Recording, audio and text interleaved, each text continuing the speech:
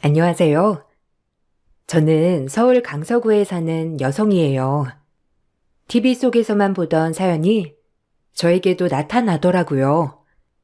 지금부터 제 이야기를 한번 써볼까 해요.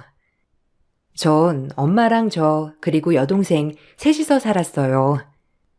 아빠는 일찍 돌아가셨기도 했고, 엄마 혼자 저희를 힘들게 키웠죠.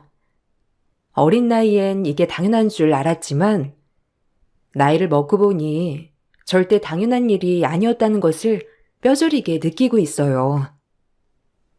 혹여나 집에 짐이 될까 하는 마음에 애초에 일찍부터 취업을 하게 되었고, 그 덕분에 시집도 일찍 가게 되었죠.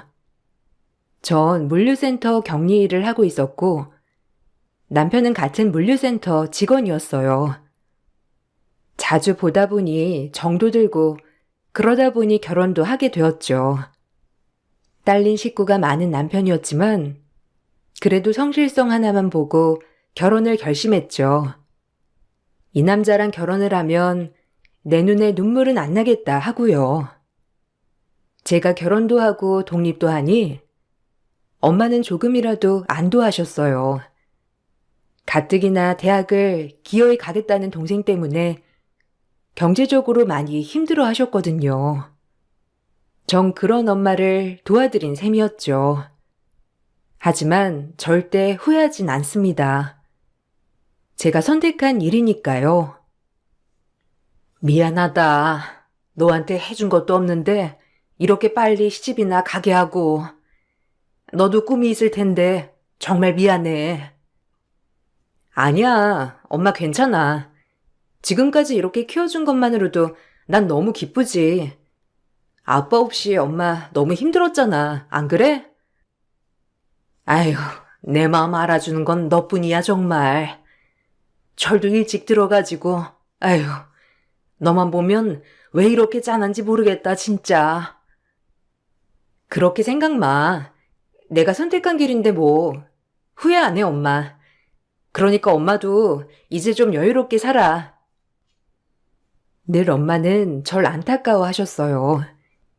하지만 엄마조차도 능력이 많이 있었던 건 아니었기에 그저 미안해만 하셨죠. 전 엄마 때문이라도 더 열심히 살아야겠다고 다짐했어요. 하지만 결혼을 하고도 궁핍한 처지였죠. 남편에게 기대고 싶은 마음도 있었지만 남편 또한 저와 비슷한 벌이었기 때문에 거의 그달그달 마이너스만 안 나고 항상 퉁쳐졌던 것 같아요. 너 좋아하는 거 제대로 해주지도 못하고 결혼해가지고 고생만 시키는 것 같아 미안하네. 날 안 만났어야 했는데. 아니야. 오빠 안 만났으면 내가 지금 더 힘들었을 거야. 그래도 둘이 버는 거니까 곧 희망이 보이겠지. 걱정 마. 괜히 엄한 여자 데려다가 고생시키는 것 같아서 그렇지. 미안해. 내가 더 능력이 있었으면 너도 일 안 해도 되는 건데. 요즘 남자 여자가 어딨어. 다 같이 먹고 사는 거지. 안 그래? 난 그냥 일하는 것도 좋으니까 너무 신경 쓰지 마, 자기야. 남편은 없는 집 장남이었어요.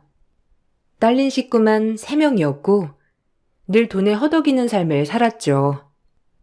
돈을 벌면 어느 정도 시댁에도 생활비를 드려야 했기 때문에 저희 살림은 그렇게 나아지지 않는 삶이었습니다. 그래도 그때까진 남한테 손 벌리지 않고 살 수 있으니 이걸로 되었다고 생각을 하며 위안을 삼았죠. 저희 집 엄마는 따로 병원 청소 일을 하셨기 때문에 그래도 생활비는 드리지 않았거든요. 이제 동생만 졸업 후 취업을 하면 오히려 집이 좀 나아질 거라는 기대도 있었죠. 그냥 항상 희망을 품고 살았던 것 같아요. 없는 돈에 웃음을 잃지 않으려고 부단히 애도 많이 썼지만 지치는 건 어쩔 수 없는 현실이더라고요. 돈이 없으면 사람이 얼마나 여유가 없어지는지 전 어려서부터 많이 느껴봤기 때문에 잘 알아요. 그래서 더 철든 것도 있었고요. 예, 명철이가 이번 달 생활비 30만 원 덜 보냈더라. 너희 둘이 살면서 어떻게 이렇게 매몰차? 어? 이제 장가 갔다고 네가 조종하는 거 아니야? 나 명철이 하나 바라보고 살았다. 우리 장남이 이 정도는 해야지, 안 그래? 내가 너무하다고 생각하니? 어머님, 저희도 살기 힘들어요. 이번 달엔 보너스도 없었고 명철 씨 병원 검진도 있어서 조금 빠듯했어요. 저희가 신용카드를 쓰는 것도 아니고 있어서 안 드리는 것도 아니에요. 이제 도련님들도 일하지 않나요? 일하는 걸로 알고 있는데. 걔네가 벌어봤자 얼마나 벌어? 그리고 걔네는 뭐 나가서 돈 안 쓰냐? 장남이라고 하나 있는 거 뼈 빠지게 키워놨더니 이제 돈을 덜 준다 이 말이야? 그래, 너네가 아주 시애미를 무시하는 거지. 남편이 일찍 죽고 나 홀로 얼마나 힘들었는데 이렇게 날 홀대해? 이래서 빨리 죽어야지. 그래야 이 꼴 저 꼴 안 보지. 아이고 명철 아버지, 나 좀 데리고 가요. 어머님은 늘 저희만 보시며 돈돈돈 하셨어요. 거의 저희 남편이 통장이나 다름없었죠. 어머니도 홀로 남편을 여의고 힘들게 자식들을 먹이고 입히느라 힘들었다고 하시더라고요.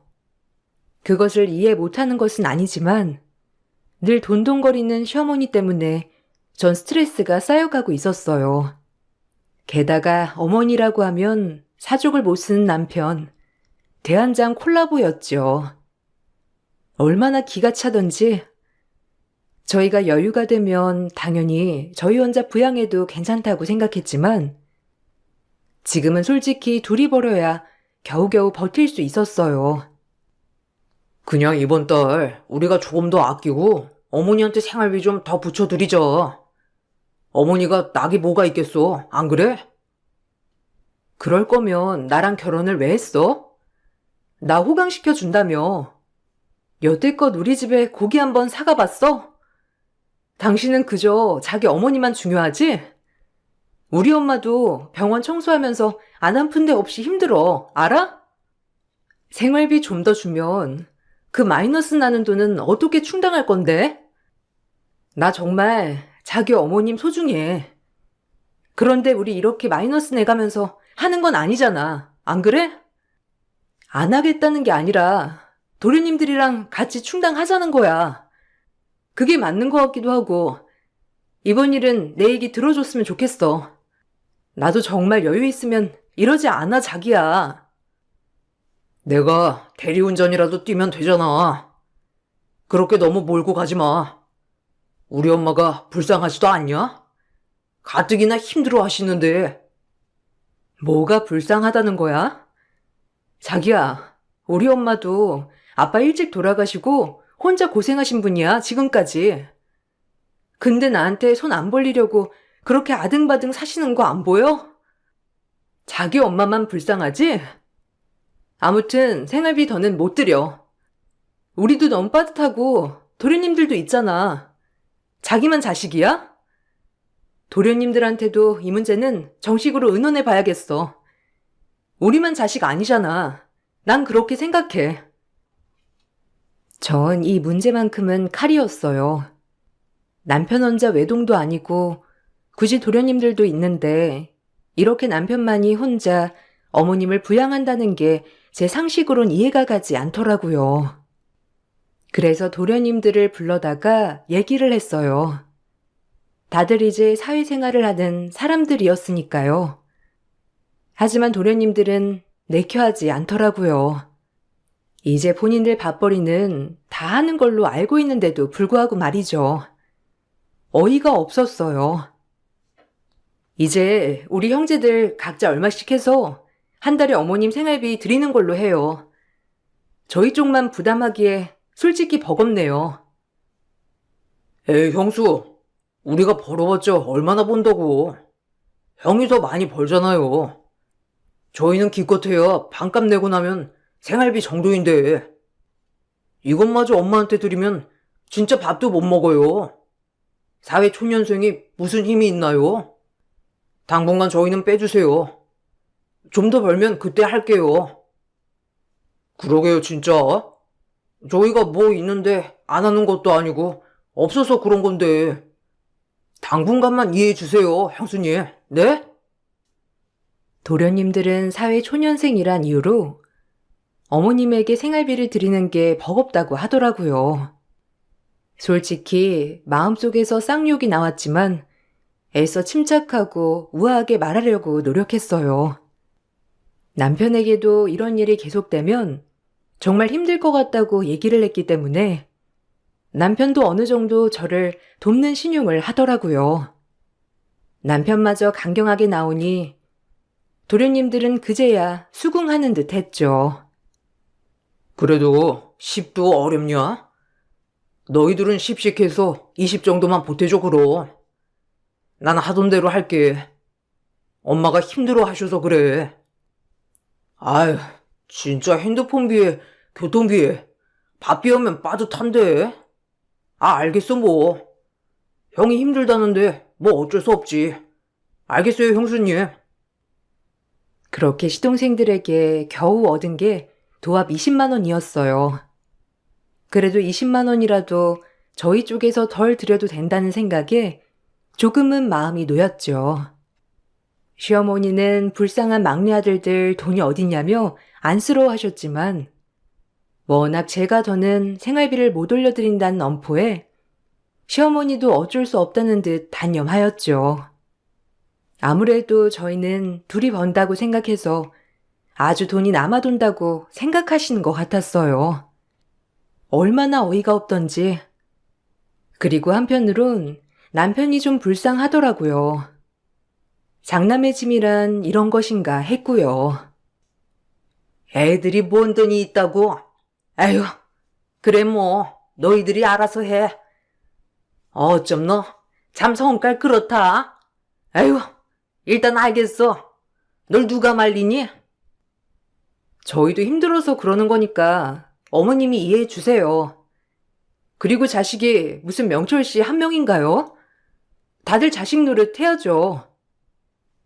그래, 어디 며느리 무서워서 돈 달라고 하겠어?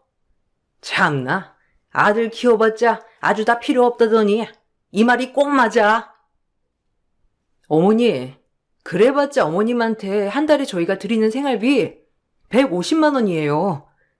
제 월급이 210만 원이고요. 너무하세요 정말. 자기 엄마 고생만 했다며 저에게 결혼 전 생활비를 꼭 드려야 한다고 했던 말들을 전 지키려고 노력했어요. 형편은 힘들지만 그래도 늙으신 노모 일 한 번 안 하게 해드리려고 거의 제 월급에 가까운 돈을 다 드린 셈이나 마찬가지였죠. 하지만 시어머니는 이것 또한 부족하다고 하셨어요. 그런 부분이 어이가 없었고 어쩔 땐 화도 났지만 내 어머니다 생각하며 참았습니다.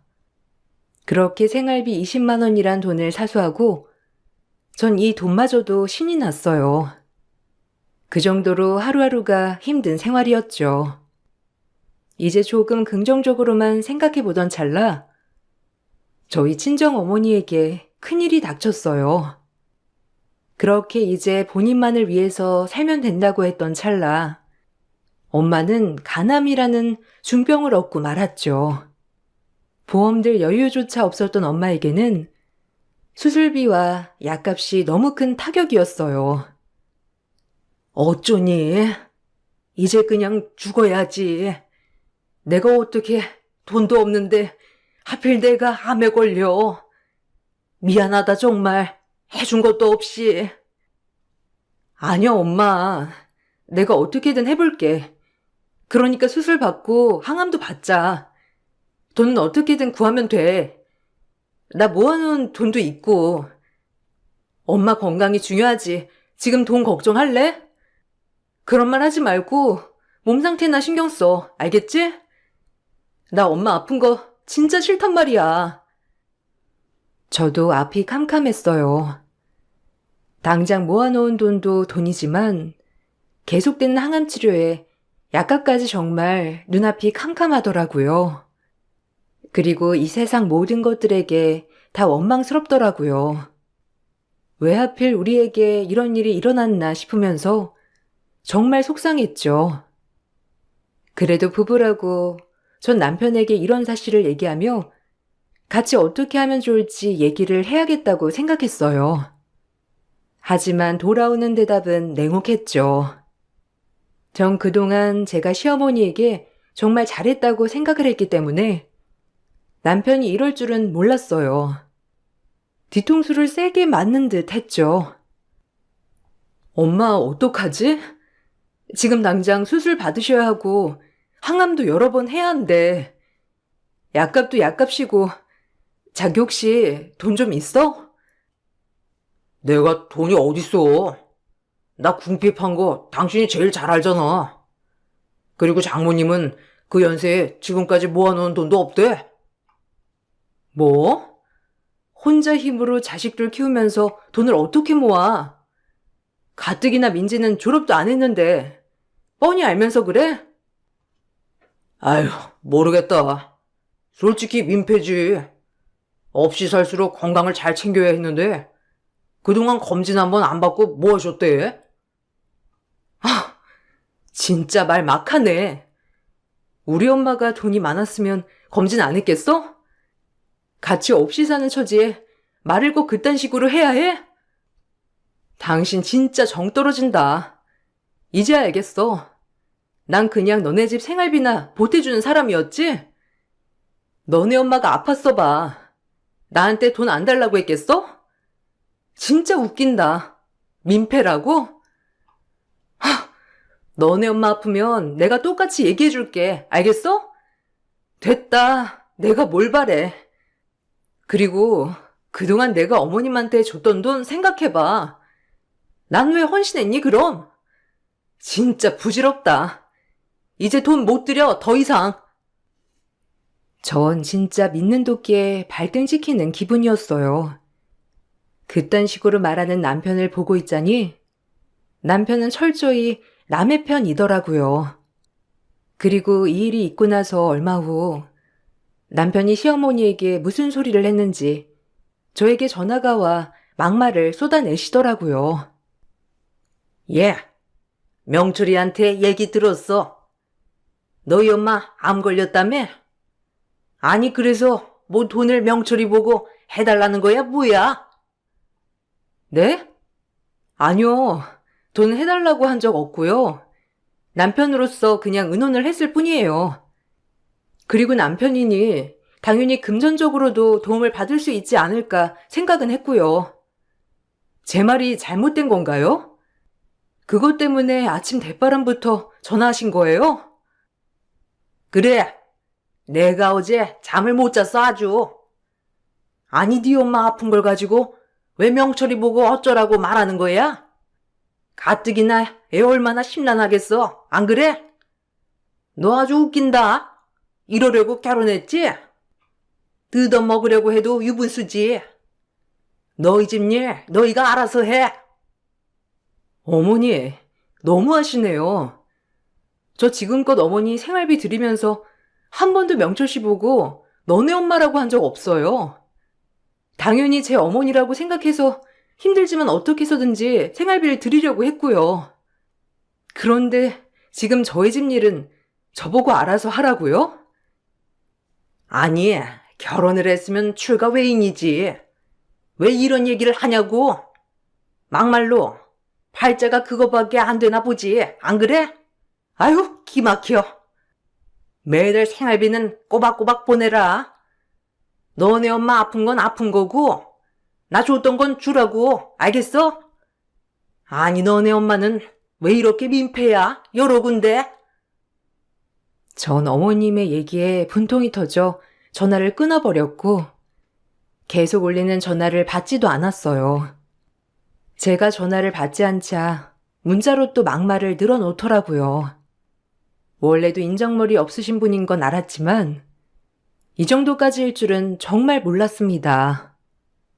그동안 어려운 형편에 어머님에게 어떻게 해서든지 생활비 도움을 드린 제 자신이 한심하더라고요.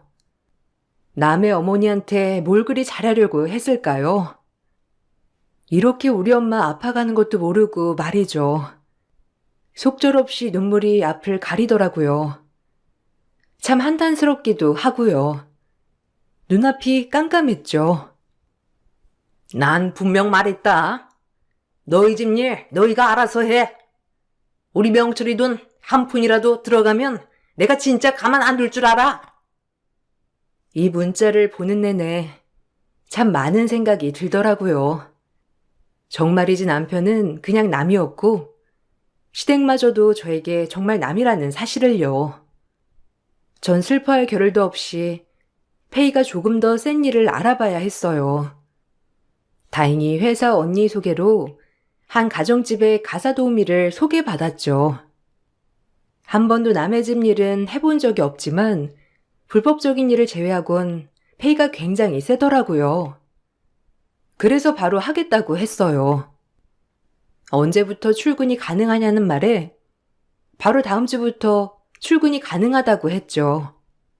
그리고 회사는 그 즉시 정리를 하였고요. 전 이것저것 가릴 형편이 되지 못했습니다.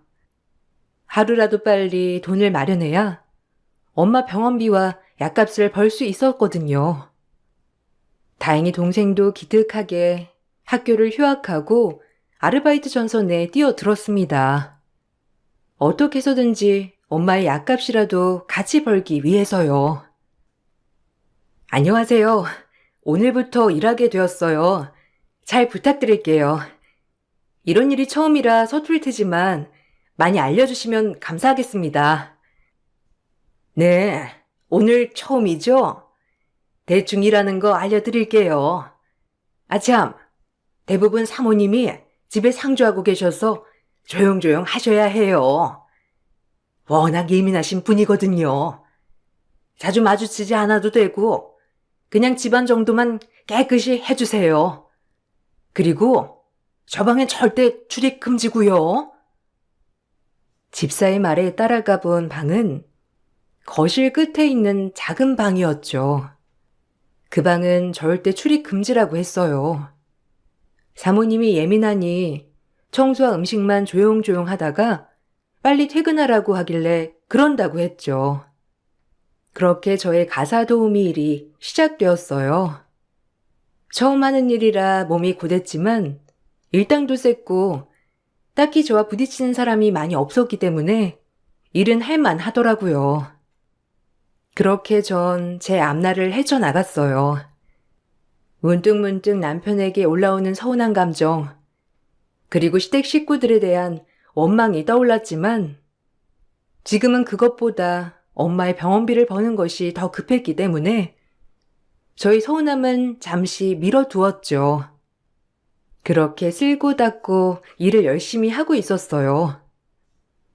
이런 일이 처음인 것 같은데 그래도 꽤 일을 잘하네요.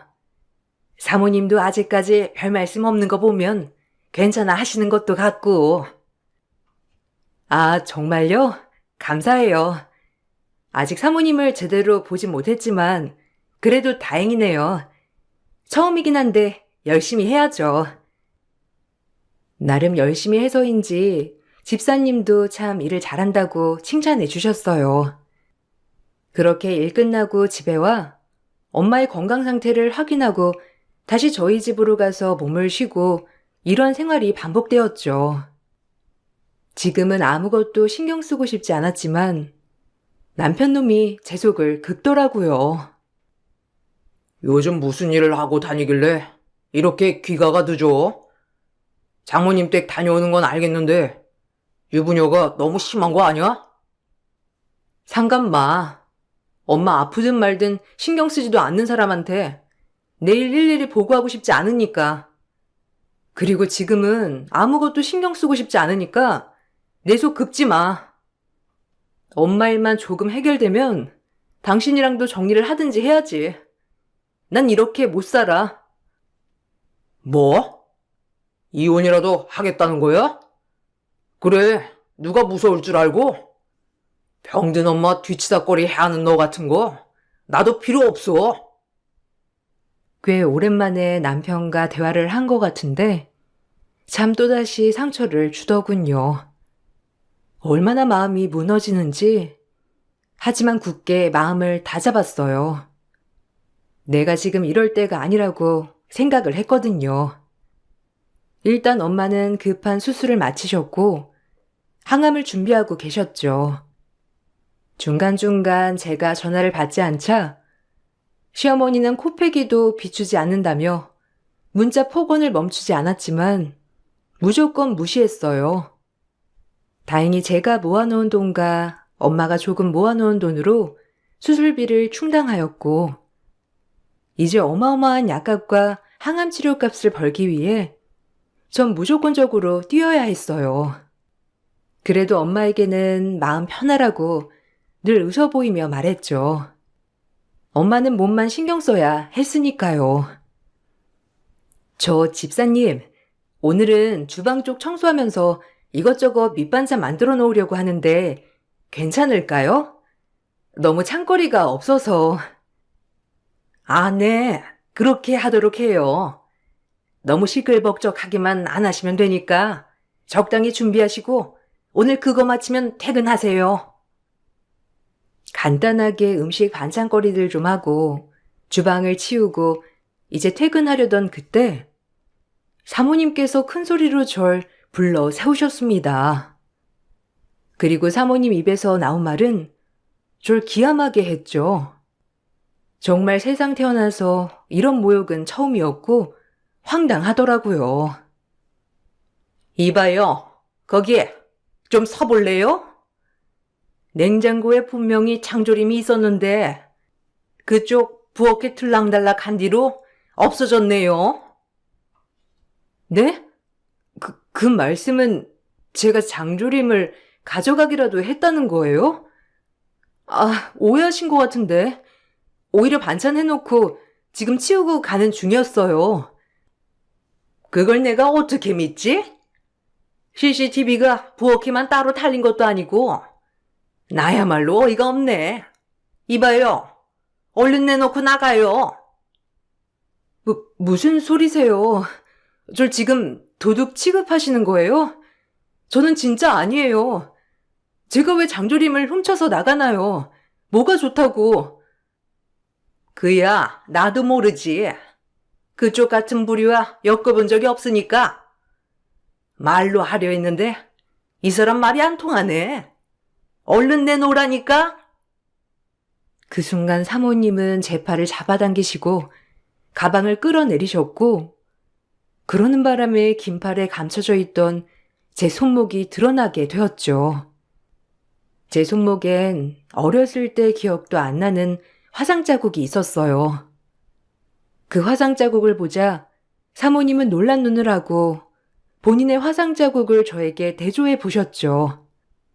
그러고 나서 바닥에 주저앉으며 엉엉 울면서 말하더라고요.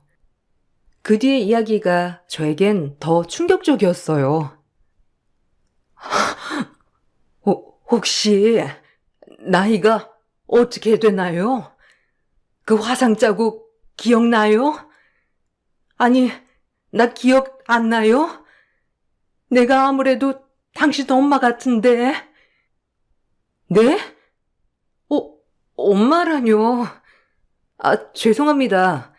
뭔가 단단히 착오가 있으신 것 같은데 화상 자국은 생각이 안 나고요. 전 엄마가 계세요. 당신 엄마가 친엄마라고 생각해요? 우리 유전자 검사 한번 해보죠. 내가 그렇게 찾고 있던 내 딸이 맞는지 아닌지. 사모님은 당장 저에게 유전자 검사를 하자고 하였고 전 너무 당황했지만 사모님의 계속되는 침묵 얘기에 유전자 검사를 허락했죠. 그리고 결과를 전해 듣고 전 너무 놀라웠어요. 친자 확률 99.9%. 여태까지 제가 엄마라고 믿었던 사람은 제 친엄마가 아니었죠. 사모님한테 전해 들은 결과로는 너무 놀랍더라고요. 이런 일이 나에게 일어나나 싶을 정도로 어안이 벙벙하고 놀람의 연속이었어요. 너 3살 땐가? 근처 유원지 갔는데 네가 없어진 거야. 그때부터 너 얼마나 찾아 헤맸는지 몰라. 돈도 참 열어 뜯겼지. 너 봤다는 사람이나 너인 척 행세하는 사람이나. 근데 내가 널 이렇게 못 알아보다니. 34년 전 널 내가 낳고 한 번도 잊어본 적이 없다. 저기 저 방, 네 방이야. 매일 내가 쓸고 닦고 너 다시 만나기만을 기다리면서 애태운 방이기도 하지. 미안하다. 그 화상 자국은 네가 아무것도 모를 때 뜨거운 거 만지려고 할 때 내가 피하게 하려다가 너랑 나랑 같이 입은 상처야. 그리고 엄마를 용서해 주겠니? 매일 술에 찌들어 살았어. 너만을 그리워하면서. 너네 아빠는 진작 돌아가셨어. 너 잃어버리고 병이 들더니 병세가 나날이 악화되었거든. 정말 미안해. 첫 만남에 내 딸을 내가 도둑으로 몰다니. 미안해 정말. 사모님은 그렇게 바닥에 주저앉고 오열했어요. 전 아직까지도 무슨 얘기인지 잘 모르겠더라고요. 한 번도 친엄마가 아니라고 생각해 본 적이 없었기 때문에 너무 놀랐죠. 전 그 길로 친정엄마에게 가서 이야기를 물었어요. 엄마는 참 당황하시더라고요. 엄마, 내 친엄마 아니었어? 아니, 맞잖아. 그치? 엄마랑 나랑 이렇게 닮았는데 아닐 리가 없잖아. 안 그래? 너, 그거 어떻게 알았어? 정말 세상에 비밀은 없나 보구나. 사실 너, 한 4살 때인가? 이상하게 네가 아빠를 그렇게 따라오더래. 네 아빠는 그냥 길 잃은 애인 줄 알고 밥도 사 먹이고 부모 찾아주려고 했는데 그렇게 나타나지 않았어. 그러다 하루가 이틀이 되고 3일이 되고 이상하게 너한테 정이 가더라. 내 딸이구나. 자식 없는 우리한테 딸아이가 생긴 거구나 했지. 그렇게 널 걷어서 키운 거야. 이상하게 널 키우니까 바로 애가 들어선 거 있지? 그게 바로 네 동생이고. 아휴, 미안해 정말. 엄마가 미리 말했어야 했는데 그래도 한 번도 널 내 딸 아니라고 생각해 본 적이 없다. 넌 우리 집 들어오는 순간 무조건 내 딸이었어. 엄마의 이야기를 듣자 눈물이 주르륵 나왔습니다. 그 정도로 저를 걷어주신 부모님은 절 친자식 그 이상으로 대해주셨거든요. 그리고 절 잃어버린 친엄마가 참 불쌍했죠. 자식 하나 잃어버리고 그 넓은 집에서 혼자 멍하니 그렇게 예민해져만 갔던 거죠. 그 와중에 저를 그리워하는 방은 항상 쓸고 닦고 늘 깨끗했어요. 그때 그 시절이 기억이 잘 안 나지만 제가 좋아하는 것들 그대로라고 하더라고요. 인형, 레이스 원피스, 액세서리 등등 하나도 버리지 않고 늘 닦고 그리워하셨다고 합니다. 감사합니다.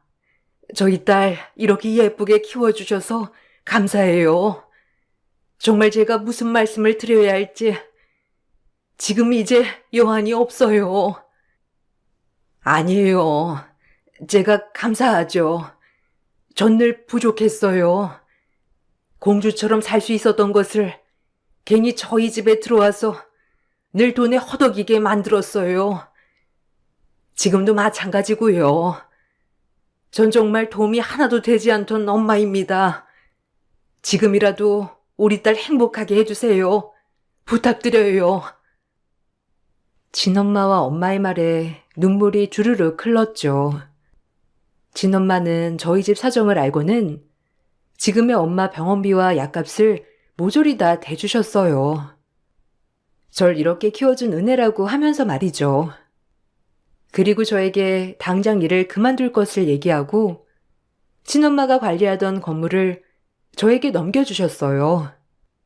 전 절대 받지 않겠다고 했지만 친엄마는 꼭 받을 것을 당부했죠. 갑작스러웠던 일이었어요. 내가 널 위해서 해줄 수 있는 게 지금은 이런 물질적인 것들 뿐이지. 앞으로 살면서 마음적으로 정말 잘해줄게. 그리고 우리 첫 만남은 잊어주겠니? 너무 미안하다. 너 잃어버리고 제정신 아닌 날로 살았어.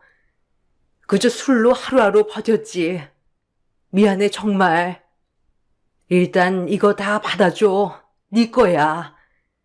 언젠간 널 만날 수 있다는 희망 아래 그래도 열심히 모아놓고 관리했어. 이젠 다 네 거니까. 에이, 저한테 너무 과분해요.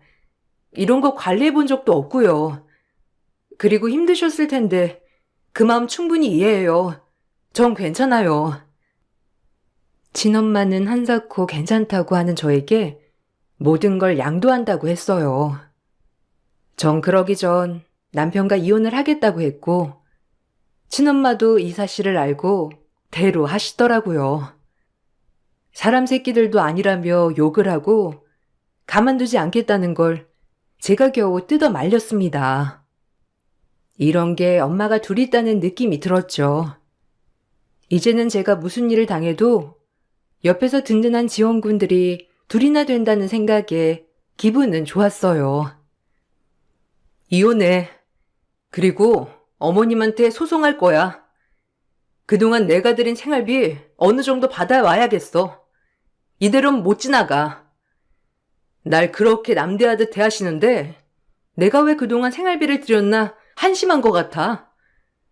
당신도 이혼하겠다고 했잖아. 내 변호사랑 얘기해. 그래. 나도 너랑은 못 살아. 언제 죽을지도 모르는 네 엄이 내가 봉양해야 한다고 생각하니까 앞이 캄캄하더라. 그리고 소송? 참나 웃기지 마. 그렇게 궁핍하냐? 줬던 돈을 다시 뺄게. 얼마든지 소송 걸어봐. 너 소송 걸 돈은 있고? 상관 마. 내가 알아서 해. 그건 너도 잘 준비해야 할 거야. 그 꼴랑 300도 안 되는 월급 가지고 너네 엄마 잘 모셔봐 어디. 남편의 대답에 제 마음은 더욱더 확고해졌고 전 소송을 준비했습니다. 그동안 시어머니에게 드린 생활비는 무조건 제 통장으로 빠져나갔기 때문에 어느 정도 위자료는 챙길 수 있었어요. 남편과 이혼을 하고 위자료를 받게 되자 시어머니와 남편은 또 저에게 쌍욕을 하더라고요. 시어머니는 그렇다 쳐도 제가 선택한 남편이 정말 이런 사람이었나 생각이 들더라고요. 돈에는 장사 없다더니 말이죠. 뭐? 준 돈을 다시 토했네? 이 천하의 나쁜 년 같으니라고. 너도 네 어미처럼 빨리 병 걸려서 대져버려라. 아주 나쁜 년. 참나 어이가 없어서 원. 몸이 꾸디가 이러는지 전혀 상상도 안 가지만 그래 구질구질한 데서 빨리 헤어나오길 잘했지. 이제 다신 보지 말자. 그리고 무슨 일이 있어도 연락 마. 아, 아줌마. 엄마 지금 수술 아주 잘 돼서 캐치하고 있으니 악담 사절려.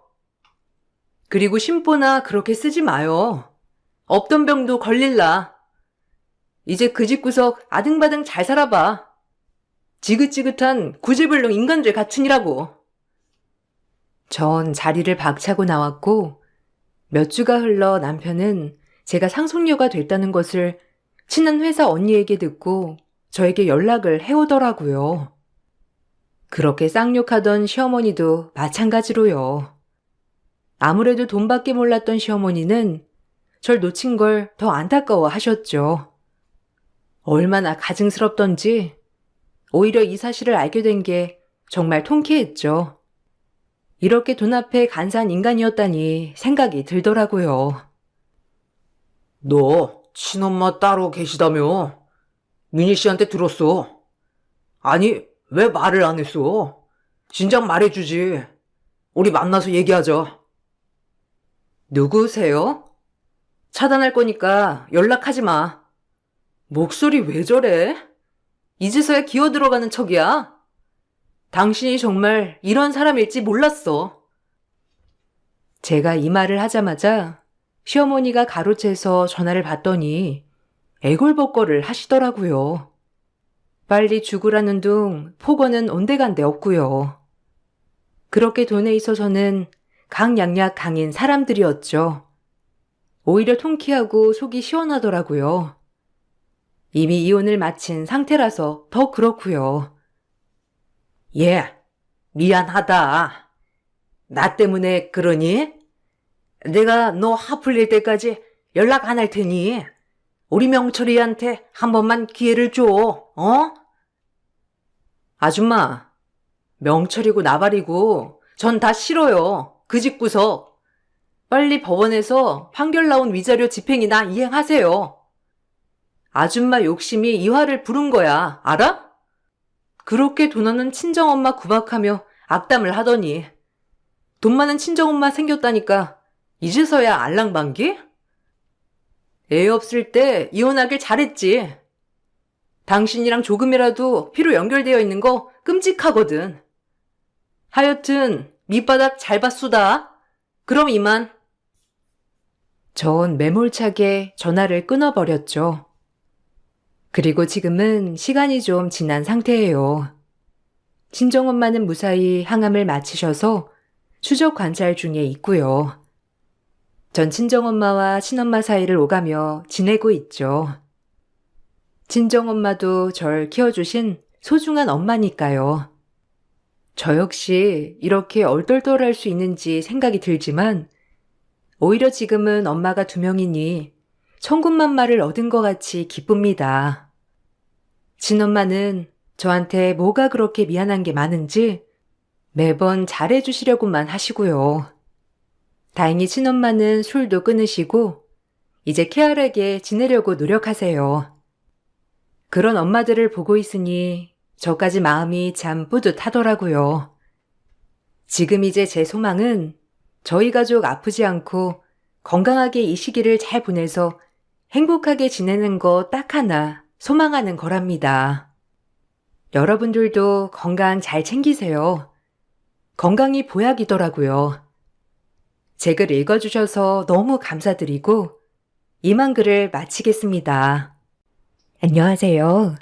저는 최근에 새 출발을 시작한 40대 후반 여자입니다. 사람은 누구나 자신이 살아온 과거의 잘못된 선택을 후회하는 경우가 있습니다. 저 또한 다시 과거로 되돌아가고 싶을 만큼 후회되는 삶을 살아왔지만 지금이라도 제 인생을 다시 찾았다는 거에 감사하며 살아가고 있어요.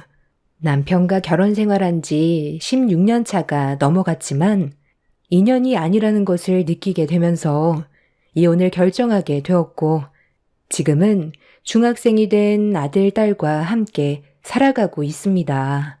모든 걸 정리하게 되니 지금 제 마음은 한결 편안해졌어요. 여유가 생긴 지금 살아온 인생을 되돌아보니 무엇 때문에 발버둥 치면서 살아왔는지 모르겠습니다. 한 번뿐인 삶을 좀 더 여유 있게 즐기면서 살아도 되는 거였는데 누구나 그렇듯 먹고 살기 위해 앞만 보면서 달려오다 보니 제 몸 하나 챙기지 못했던 것 같아요. 어느 날부터인가 아랫배가 부풀어 오르는 느낌이 들었고 생전 처음 겪어보는 통증과 하혈을 해서 몸에 문제가 생긴 것 같다는 확신이 생겼을 때 저 혼자 병원을 찾아간 적이 있었어요. 몸에서 반응하고 있는 증상들이 심각하지 않길 바라면서 검사를 진행했는데 이미 제 몸은 만신창이가 되어 있다는 의사의 말을 듣게 되었습니다. 나이가 좀 있는 의사였는데 위로의 말을 하기에는 이미 진행이 너무 많이 돼서 그런 시간조차 아깝다며 정신 부여잡고 바로 입원하라는 말을 먼저 꺼냈습니다. 서둘러 수술부터 진행을 해야 될 것 같다면서 바로 입원 절차를 밟으라고 하더군요. 의사에게 그 말을 듣는데 가슴이 철렁 내려앉았고 손발이 떨려오기 시작했어요. 그냥 몸이 좀 피곤해서 그런가 보다 했는데 자궁암 사기였어요. 아랫배가 부풀어 올랐던 건 자궁 안에 주먹만한 종양이 자리를 잡고 계속 자라고 있는 상태였죠. 의사는 저에게 일단 다른 거 생각할 시간이 없다면서 서둘러 보호자를 불러서 입원 절차 밟으라며 살기 위해선 1분 1초가 급하다고 했어요. 그래서 의사와 상담을 끝낸 뒤 밖으로 나와 최대한 마음을 진정시킨 뒤 떨리는 손으로 남편한테 전화를 걸었습니다. 당신 도대체 요즘 정신이 있는 거야, 없는 거야? 오늘 하루 종일 나 혼자 가게 보고 있는 거 알지? 잠깐 어디 좀 다녀온다고 하더니 지금이 도대체 몇 시야? 전화할 시간에 곧장 가게로 오면 되지. 사람 불안하게 안 하던 전화까지 하고 그래. 나 지금 손님이 많이 밀려 있어서 정신이 하나도 없거든. 일단 가게로 빨리 튀어와. 아유 참, 이리 좀 내나 봐라. 애미 너 지금 제정신이니? 손님들 지금 끝도 없이 줄 서 있다고. 하여간 인생에 도움이 안 돼. 전화할 시간에 빨리 와서 일손 도와라. 저와 남편은 역 앞에서 토스트 장사를 하고 있어요. 처음엔 노점상으로 시작했었는데 많은 손님들이 찾아와 주셔서 상가에 입점할 수가 있었어요. 남편과 제가 처음부터 토스트 장사를 한 건 아니었어요. 남편과 저는 회사 생활을 하고 있었는데 매달 정해져 있는 월급으로는 입에 풀칠하기가 어려워 다른 방법을 생각해 보기로 했었어요. 태어난 아이들한테는 좀 더 여유 있는 삶을 물려주고 싶어서 장사를 해보기로 결정을 하게 되었죠. 그때 당시 남편과 시모는 저에게 쓸데없이 돈 날리지 말라면서 지금 하는 일이나 잘하라고 오히려 장사하는 걸 강하게 반대했었어요. 돈 한 푼 지원해 줄 수 없다면서 시도 자체를 거절하고 있었습니다. 좀 더 잘 먹고 잘 살고 싶어서 한 푼이라도 더 벌기 위해 남편과 상의를 한 건데 절대 안 된다는 남편의 말에 너무 큰 실망을 하게 되었고 더 오기가 생기더라고요.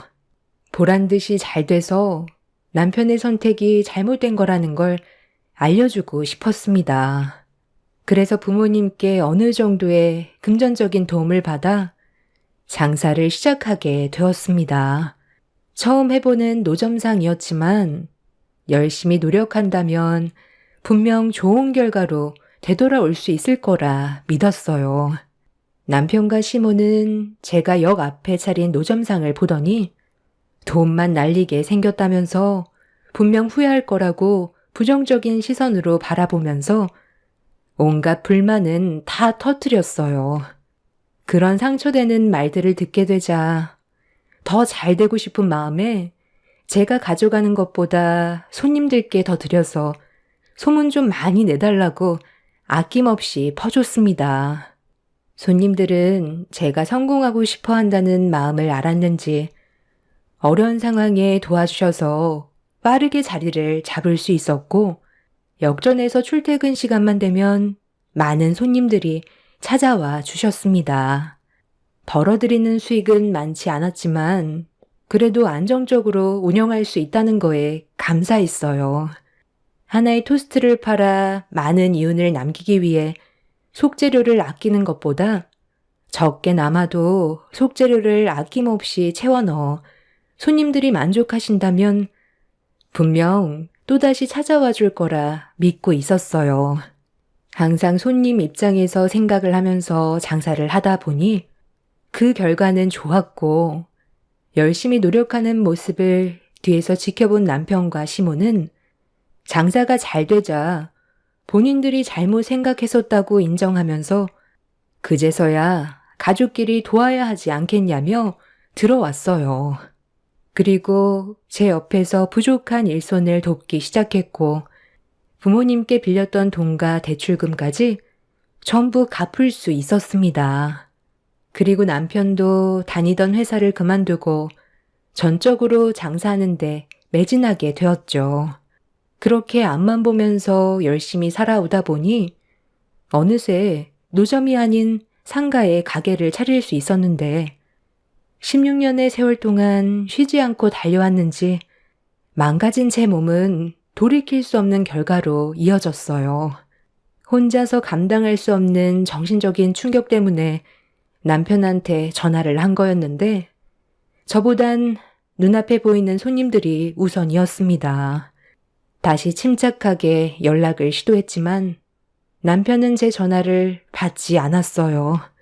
부모님이 이럴 때 제 곁에 있어줬다면 심적 안정을 찾을 수 있었을 텐데 5년 전에 아빠도 암으로 세상을 떠나셨고 엄마는 치매가 심해 요양원에서 보살핌을 받고 계시다 보니 의지할 곳이 없었습니다. 그렇게 한참 동안 그 자리에 서서 앞으로 어떻게 살아가야 할지 고민을 하고 있었는데 남편한테 다시 전화가 왔길래 통화 버튼을 누른 뒤 아무 말도 하지 않았어요. 도대체 어디서 뭘 하고 있길래? 바빠 죽겠다는데도 아직까지 안 오고 뭐 하는 거야? 엄마랑 둘이서 얼마나 정신 없었는지 알아? 이 사람이 왜 안 하던 짓을 하고 그래? 여보세요? 당신 내 말 듣고 있어? 사람이 말이야. 말을 했으면 답을 줘야 할 거 아니야? 지금 어디야? 우리 엄마 화가 머리끝까지 올라가서 진정시키는데 얼마나 힘든 줄 알아? 이제야 내 말 들을 준비가 된 거야? 나한테 화부터 낼 게 아니라 걱정부터 해야 되는 게 우선 아니야?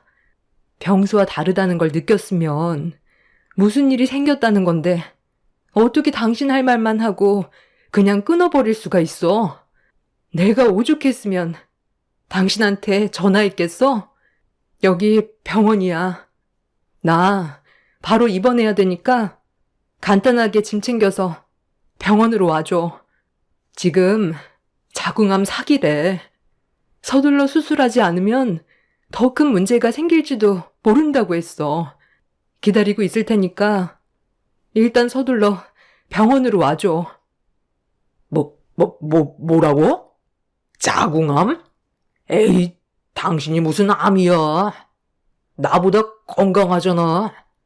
내가 봤을 때 오진 같은데? 그 의사 돌팔이 아니야? 당신이 암이면 나는 벌써 세상 떠났겠다. 아유, 진짜. 전화 좀 바꿔줘봐라. 예, 너 방금 내 아들한테 뭐라고 그랬니? 암이라고? 누가 널 보고 암이라고 그러지? 그 병은 어디야? 괜히 멀쩡한 사람 돈 뜯어내려고 수 쓰는 거 아니고? 누구보다 멀쩡한 네가 암이라고 하면 어느 사람이 믿어주겠어? 나한테 혼나고 싶지 않아서 괜히 이런 걸로 분위기 조성했다가 나중에 오진이었다고 둘러대려고 그러는 거지? 솔직히 말해봐라. 요 며칠 가게 문 닫고 쉬고 싶다고 했었는데 내가 반대해서 지금 이런 식으로 사람 고생시키는 거지? 어머님, 저 지금 말장난할 기분 아니에요. 못 믿겠으면 병원에 와보면 되잖아요. 지금 입원 절차 받고 바로 수술 들어가야 되니까 그이 좀 바꿔주세요. 제가 정색하면서 시모의 말을 받아치자 화를 내고 있는 제 목소리에 당황했는지 다시 남편을 바꿔줬어요. 참고 있던 감정을 터뜨리게 되자 그제서야 남편은 짐을 챙겨 병원으로 왔어요. 붉어진 얼굴로 남편을 노려보고 있는 눈빛에 뒤늦게서야 분위기 파악을 하던 남편은 사태의 심각성을 알게 되었고 저는 곧바로 수술 일정을 잡게 되었습니다. 병원에 입원을 하게 되자 아이들도 많이 놀랐는지 눈물을 흘리는데 그 모습이 너무 마음이 아팠어요. 그동안 잘 살아보겠다고 앞만 보며 달려오다 보니 뒤늦게서야 아이들이 눈에 들어왔어요. 아이들이 중학생이 되어버린 시간 동안 제대로 된 가족여행 한번 못 가보고 아이들과 함께 시간을 보내준 적이 많이 없어서 그동안의 미안함이 한꺼번에 몰려와 결국 눈물이 터져 나왔습니다. 그렇게 저는 며칠 뒤 수술을 하게 되었고 경과를 좀 더 지켜봐야 했어요. 그리고 이미 다른 곳에도 전이가 됐을 가능성이 높아 추가적으로 검사도 진행했는데 의사가 어느 정도 예상했던 대로 제 몸 다른 신체 부위에 암세포가 이미 전이가 되어 있었어요. 상당히 심각한 얼굴로 저를 바라보던 의사는 2차 수술을 준비해야 될 것 같다며 자궁암보다 더 심각한 곳에 암이 위치해 있었어요. 위에도 종양이 자라고 있어 몸이 어느 정도 회복이 됐을 때 곧바로 수술을 하기로 일정을 잡았습니다. 이래가지고 어떻게 버틸 수 있다는 거야? 괜히 돈만 날리는 거 아니니? 그동안 힘들게 벌어모은 돈 지금 전부 다 탕진하고 있잖아. 이래서 내가 암보험 하나 들어놓으라고 얘기했는데 내 말은 귀담아 듣지도 않더니만 결국 이를 이 지경까지 만들어 놓니? 이제 어떡할 거야? 앞으로의 계획은 있기라도 한 거야? 그 보험도 제가 겨우 들어놨던 거, 예전에 준호 아빠가 급전이 필요하다고 해지했던 거 잊으셨어요? 지나간 일 후회해서 뭐해요. 일단 수술이 잘 되길 바라야죠. 저도 제 몸이 이렇게까지 망가져 있을 거라곤 전혀 모르고 있었어요. 그래도 자궁 안에 암이 생겨서 그나마 이 정도로 끝난 거라고 위에 난 종양만 성공적으로 제거한다면 급한 불은 끌 수 있을 거라고 했어요. 이번 수술만 잘 끝나서 태어나면 앞으로 좀 더 여유 있게 살아가려고요. 그동안 일만 한다고 애들과 시간도 못 보냈었는데 몸이 망가지면 아무 소용 없다는 거 이번에 뼈저리게 느꼈어요. 지금은 최대한 스트레스 안 받는 게 우선이래요. 나는 너 때문에 스트레스 받는다. 내가 암에 걸리겠다고. 앞으로 얼마나 더 많은 돈이 들어가겠어? 그동안 벌어모은 돈이 수술하려고 모은 건 아니잖아. 이런 몸으로 어떻게 살아갈 거야? 어떻게 된 게 너희 집안은 멀쩡한 사람이 한 명도 없냐? 너 태어난다 해도 내 아들은 죽어라 고생만 할 거 아니야? 너 때문에 우리 아들이 왜 희생을 해야 되는 거니?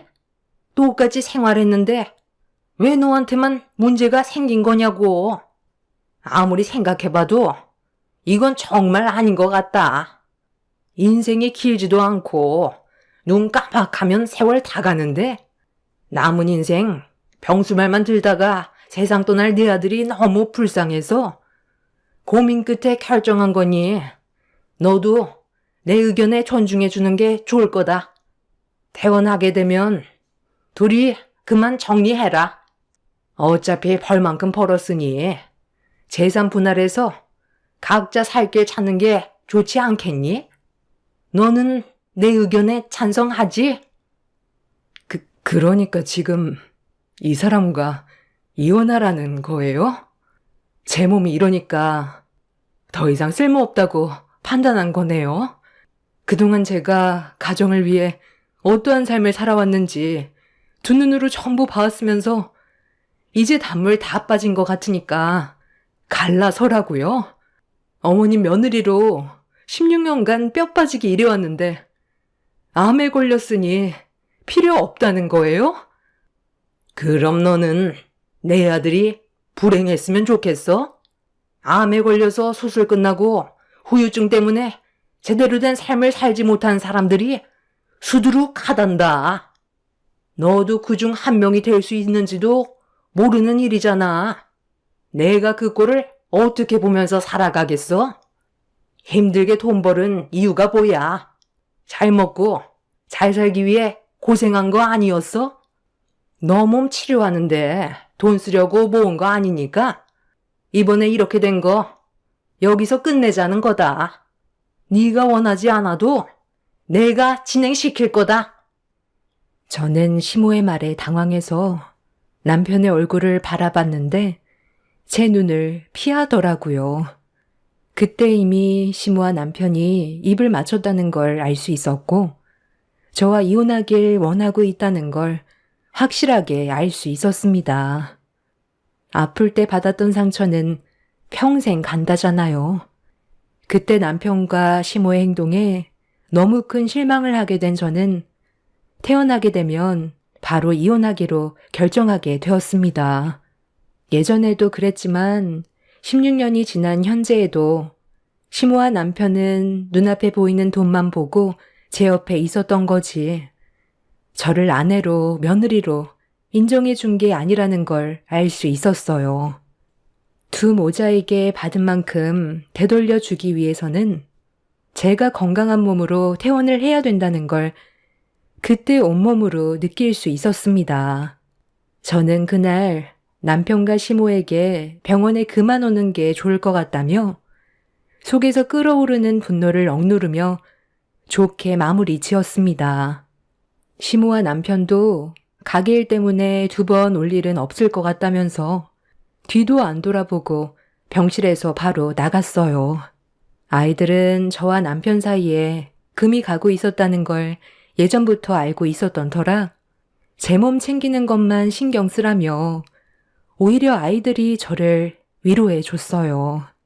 그런 모습들이 많은 힘이 되었고 그렇게 2차 수술이 정해진 날 때까지 몸 관리를 철저히 하면서 최대한 현실에 놓인 문제를 긍정적으로 생각했어요.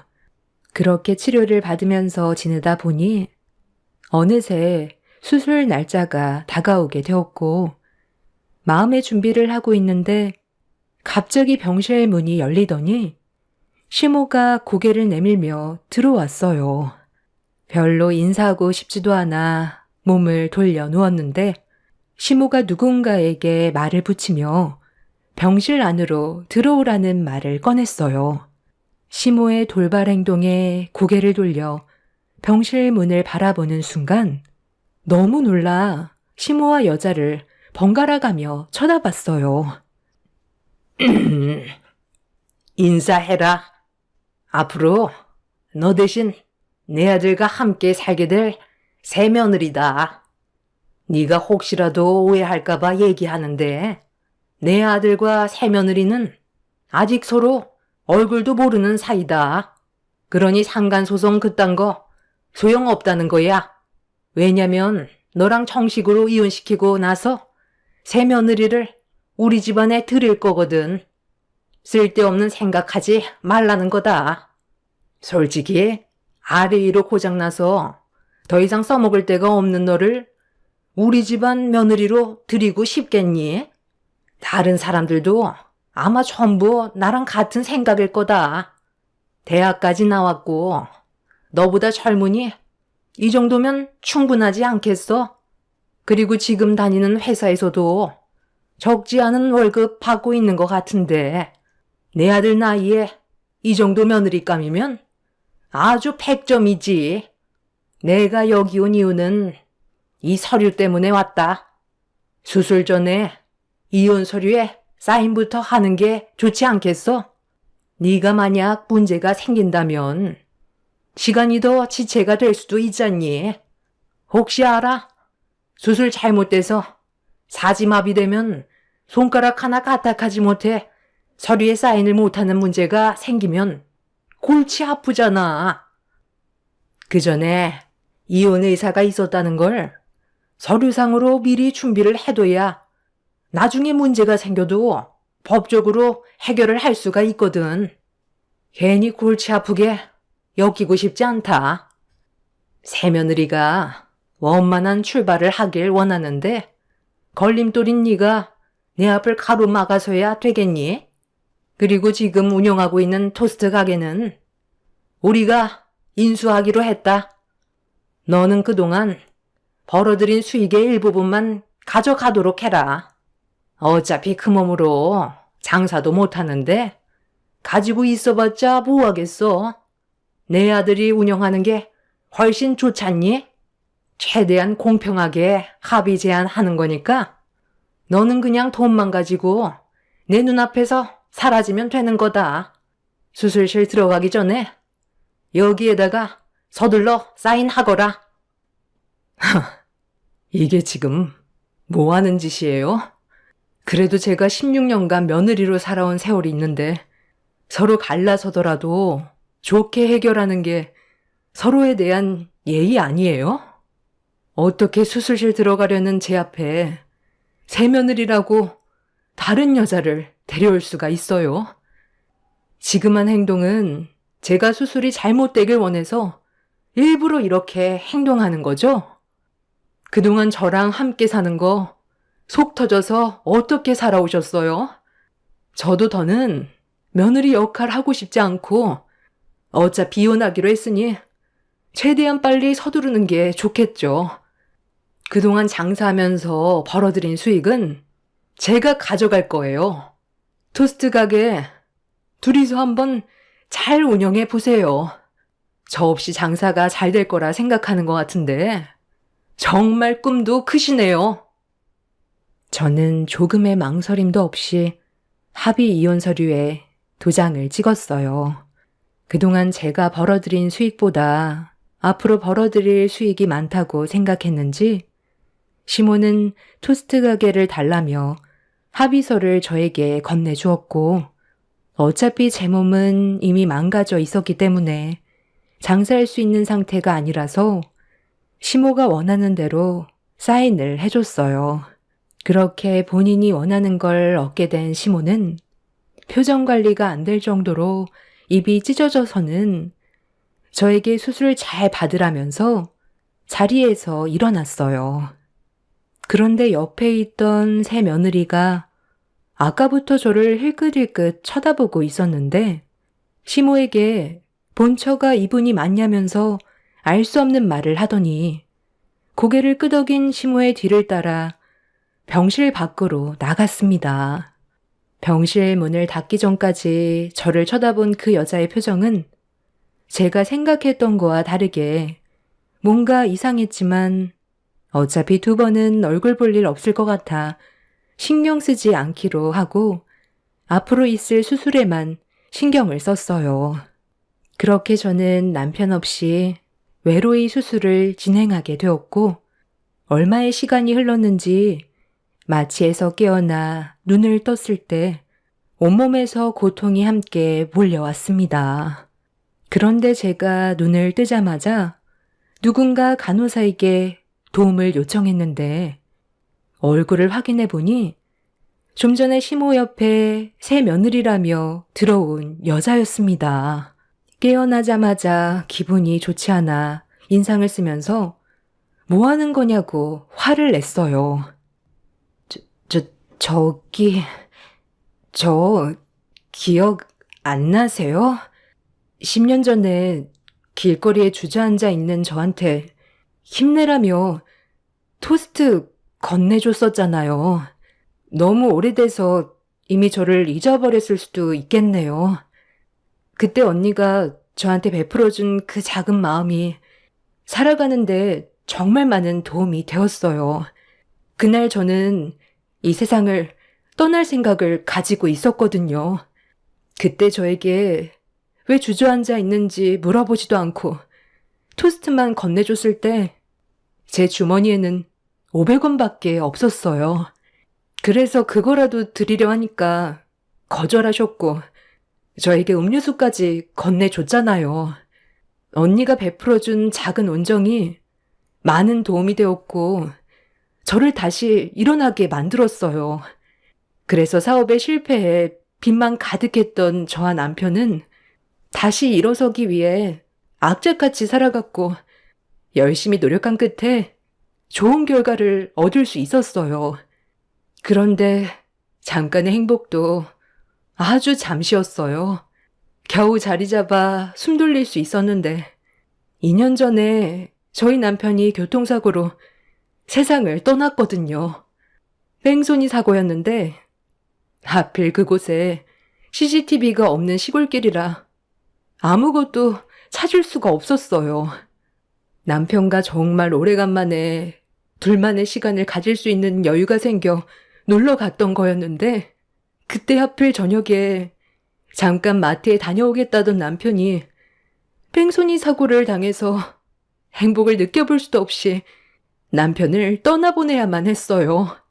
비가 하도 많이 와서 사고가 났을 때의 증거물들은 이미 휩쓸려가 찾을 수도 없었고 2년 동안 힘든 시간들을 보내왔었어요. 그런데 그거 아세요? 범인은 꼭 범행 장소에 나타나더라고요. 경찰도 포기해서 뺑소니범을 찾을 수 없다는 걸 제가 두 눈으로 목격을 했어요. 사고가 났던 현장에 와서 무언가를 찾고 있는 것 같더라고요. 범인은 사소한 단서라도 남아있을 때 완벽한 범행을 숨기기 위해 그 단서조차 지우려 온다는데, 저는 그 모습을 두 눈으로 똑똑히 보고 있었어요. 그런데 그 사람들이 타고 온 차에 붙어있던 홍보물을 보는 순간 저는 온몸에 소름이 돋았고, 언니가 장사하는 토스트 가게 남편분이라는 걸 알 수 있었어요. 그리고 그 옆에 그 남편분의 어머니도 함께 있었죠. 서로 의견 차이 때문인지 얼굴을 붉히면서 대화를 주고받길래 떨리는 손으로 숨죽이며 녹음한 파일이에요. 들어보시면 제가 왜 그 사람들에게 접근을 했는지 알 수 있을 거예요. 아이씨, 진짜. 엄마가 비 오는 날 횟집에 가자는 말만 안 했어도 이런 일은 없었다고요. 갑자기 생뚱맞게 저랑 단둘이 여행 가고 싶다는 말을 왜 해서 상황을 이렇게 만들어요? 나라고 사고가 날 줄 알았겠니? 그런데 정말 그 포장용지가 여기 근처에 있는 거야? 나는 못 봤는데. 네가 버린 그 포장지를 그 남자가 쥐고 있었으면 당연히 경찰들이 가게로 찾아왔겠지. 왜 2년이 지난 지금까지 아무런 소식이 없었겠어? 네가 그때 사고로 너무 큰 충격을 받아서 잘못 본 거 아니야? 그때 비도 억수로 많이 왔었잖아. 만약에 그 남자가 지고 있었더라도 비가 많이 와서 포장지가 떠내려갔을지도 모르잖아. 벌써 2년이다. 어디 깊숙이 파묻혔겠지. 저희가 사는 곳은 경기도고 여기는 강원도잖아요.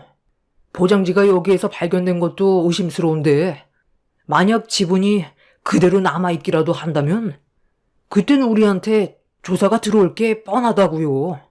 그렇게 되면 사고 이력 수리 조사하게 될 테고 엄마랑 저는 뺑소니로 징역을 살게 된다는 거 몰라요? 그걸 찾아야 두 발 뻗고 살 수 있어요.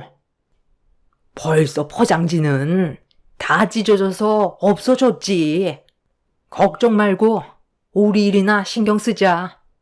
그나저나 토스트 가게는 어떻게 할 거니? 네가 운영할 거지? 며느리는 이제 그만 버릴 거지? 아, 그래야죠. 제가 뭐하러 평생 병수발 들면서 살아야 돼요? 지금까지 힘들게 살아왔는데 또 그 사람 때문에 불행한 길을 걸으라고요? 그냥 이혼하고 다른 여자랑 새 출발하는 게 좋겠어요. 나이 좀 젊고 인물 좀 되는 여자 좀 알아봐요. 저도 이제 벌만큼 벌어놨는데 좋은 여자 만나서 행복하게 살아야죠. 이래서 제가 접근한 거예요. 저희 남편을 세상 떠나게 한 정확한 증거를 찾기 위해 그 사람들과 접촉 중이고 확실한 증거물을 손에 넣었을 때 신고할 생각이거든요. 언니가 저한테 악한 감정이 남아있으면 안 되잖아요. 저는 그때 당시 포장지를 아직까지 찾고 있어요. 그게 저희 남편 편하게 눈 감게 해줄 수 있는 단서예요. 갑자기 이런 식으로 접근하게 된 거 정말 미안해요. 최대한 빨리 정리해서 그 사람들 제값 치르게 할게요. 언니가 저 좀 이해해 주세요. 남편과 시모가 2년 전에 모자끼리 여행 한번 다녀온다는 말에 저 혼자 장사를 한 적이 있었는데 그때 사고가 난 듯 보였어요. 저는 전혀 알지 못했던 일이라 그 여자의 말에 상당한 충격을 받았었죠. 몸이 온전치 않은 제가 할 수 있는 건 아무것도 없었고 그 여자는 제가 받았을 상처가 걱정이 돼서 수술 이후 병실에 찾아온 거였습니다. 모든 사실을 알게 되니 남편과 시모가 얼마나 충격적인 일을 저질렀는지 알 수 있었어요. 그때 바로 신고를 했다면 그 남자분은 살아있을 수 있었다는 말을 들었을 때 제가 너무 죄송스러웠습니다. 그런 사실을 알게 된 이후 그 여자는 남자분이 지고 있었던 포장지를 찾기 위해 다시 떠났고 그리고 며칠 뒤 그 여자가 다시 병실로 찾아왔어요. 그리고 가방 안에서 투명한 봉투 하나를 보여줬습니다. 그 봉투 안에는 구겨진 저희 토스트 가게 포장 용지가 들어 있었어요. 사고가 났던 현장과 좀 떨어진 곳에서 상수도 공사를 하기 위해 포클레인으로 땅을 파고 있었는데 그때 여자가 공사 현장 근처에서 혹시 모를 증거물이 나올 수 있는지 확인을 하다가 땅속에 묻혀있던 포장지를 발견하게 되었다는 말을 들을 수 있었습니다. 끊임없이 노력한 끝에 찾아낸 중요한 증거물이었죠. 많이 훼손이 되긴 했지만 결정적인 증거물이라면 남편과 시모는 뺑소니범으로 법적 처벌을 받게 되는 거였죠.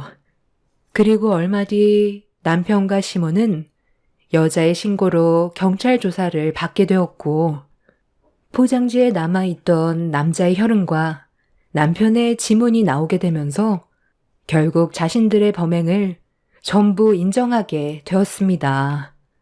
지금 현재 남편과 시모는 뺑소니 사고로 인해 남편은 징역 9년을, 시모는 7년을 선고받아 현재 징역을 살고 있어요. 한순간에 시댁이 박살나는 상황이었고 이런 사실을 전혀 모르고 있었던 저로선 엄청난 충격이었습니다.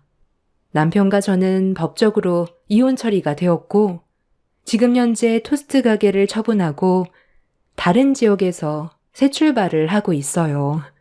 그 여자분에겐 남편이 저지른 행동에 대해 죄송한 마음에 제가 대신 위로금을 드리려 했지만 제가 잘못한 것도 아닌데 받을 수 없다면서 더는 제 앞에 나타나지 않았어요. 한 사람의 잘못된 행동으로 인해 한 사람의 인생을 송두리째 망쳐놓은 두 모자가 그곳에선 정신 차리고 생활하길 바랄 뿐입니다. 사람은 누구나 과거의 일들에 대해 후회하기 마련입니다. 저 또한 남편을 만나지 않았다면 이런 인생을 살아가지 않았겠죠.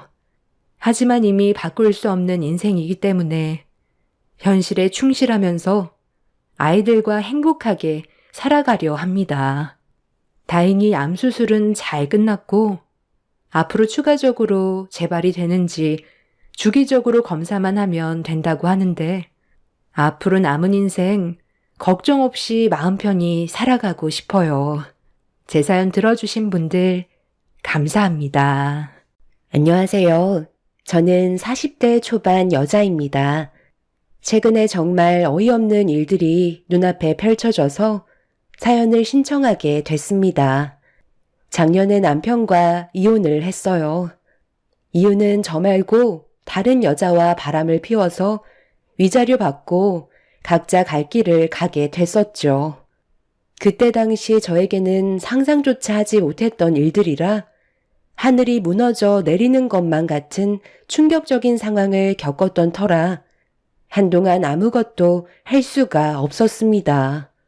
저와 결혼 생활하는 동안 3년을 숨기며 살아왔었다는 거에 엄청난 배신감이 찾아왔었죠. 제가 할 수 있는 건 이혼밖에 없었지만 언젠가 남편과 상간녀가 제가 받은 상처만큼 그들 또한 그대로 받길 간절히 바랐었어요.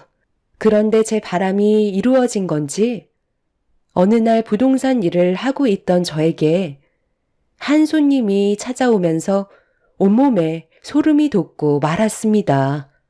처음에는 일반 손님인 줄 알았어요. 그런데 손님을 응대하기 위해 대화를 주고받다가 아들 신혼집을 마련해 주기 위해 청담동 쪽에 70평택 주택 매물을 확인해 보고 싶다는 말씀을 하셨었죠. 원하시는 매물이 확인된 게 없던 터라 그 이상이거나 이하의 매물만 있다고 설명을 드리면서 손님이 원하시는 주택이 나올 때까지 괜찮은 매물 몇 개 정도 소개해 드린 뒤 다시 부동산으로 돌아와 차 한잔 하면서 손님이 어떤 생각을 가지고 계시는지 대화를 이어가고 있었는데 한숨을 쉬면서 이번에 참한 교사 며느리를 보게 됐는데 인성도 바르고 집안도 나쁘지 않아서 자기 아들과 아주 잘 어울린다고 자랑을 하시더니 얼굴 한번 보겠냐는 손님의 말에 저도 손님의 핸드폰 속에 있던 사진을 확인해 보게 되었었죠. 그렇게 손님의 핸드폰을 건네받은 순간 저는 입을 다물지 못했었네요. 사진 속에 있던 인물은 1년 전에 저희 남편과 바람을 피웠던 상간녀였던 거죠. 제 반응이 궁금하셨던 손님은 원하시는 대답을 듣기 위해 어떤 거 같냐고 재촉하시면서 물어보시길래 정말 참하게 생긴 것 같다고 놀란 가슴 진정시키며 어색한 미소로 손님이 원하시는 대답으로 대화를 풀어 나갔습니다.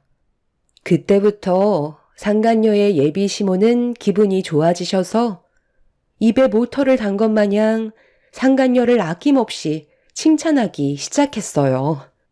그러면서 본인이 왜 70평대 신혼집으로 알아보는 이유를 알겠냐면서 좋은 며느리를 드릴수록 그만한 대우를 해줘야 한다고 괜찮은 매물이 나오면 다시 연락달라면서 조만간 다시 얼굴 보고 얘기하자며 집으로 돌아가셨어요.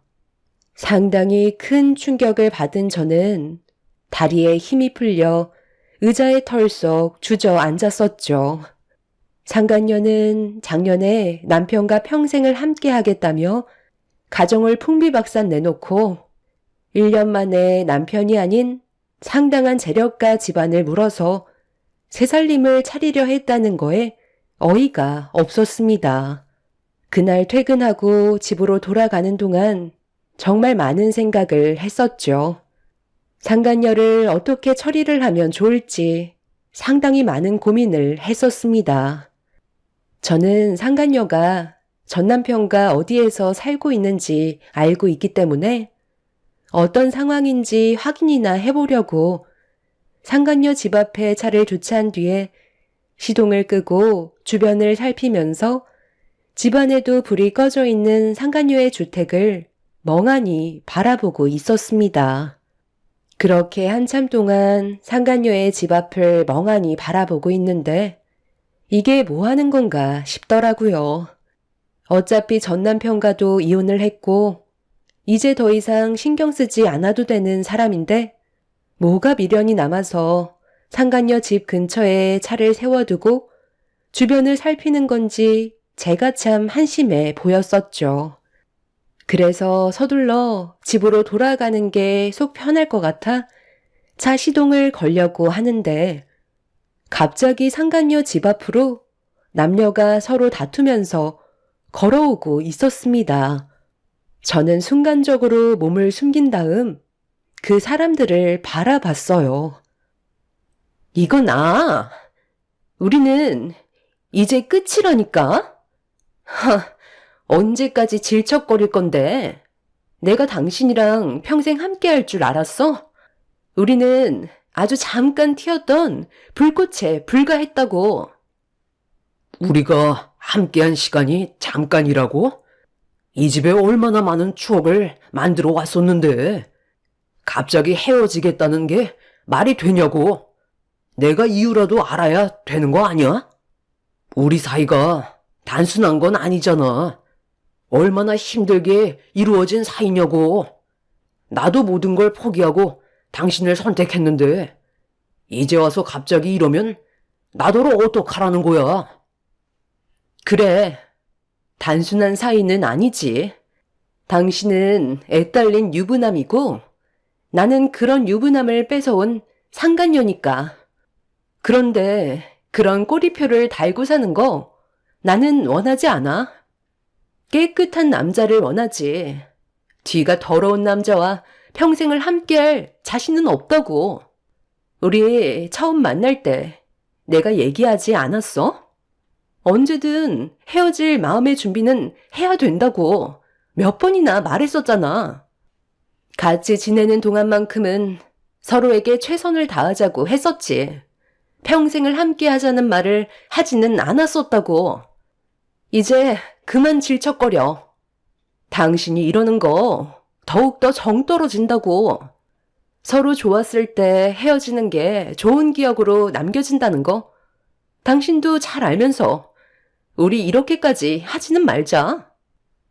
나는 지금 마음의 준비가 되지 않았다니까. 우리 조금만 더 시간을 가지고 다시 생각해보자. 며칠 전까지만 해도 당신은 나밖에 안 보인다며. 사람 마음은 하루에도 수십 번, 수백 번 바뀐다고. 이 집도 부동산에 내놨어. 당신이랑 함께했던 공간은 이제 추억 속으로만 간직하고 살 거야. 최대한 빨리 집을 처분하는 게 좋을 것 같아서 부동산에 키 주고 아무 때나 들어와서 확인해 보라고 했으니까. 당신도 집안에 있던 물건들 필요한 건 다시 가져가고 필요 없는 물건들 같은 건 전부 버리는 게 좋을 것 같아. 어차피 집안에 있는 물건들이며 사진들 다 떳떳한 건 아니잖아? 남들은 우리가 불륜 관계인 걸 모르지만 우리는 서로가 알고 있잖아. 나도 집안에 있던 물건들 최대한 빨리 정리하려고.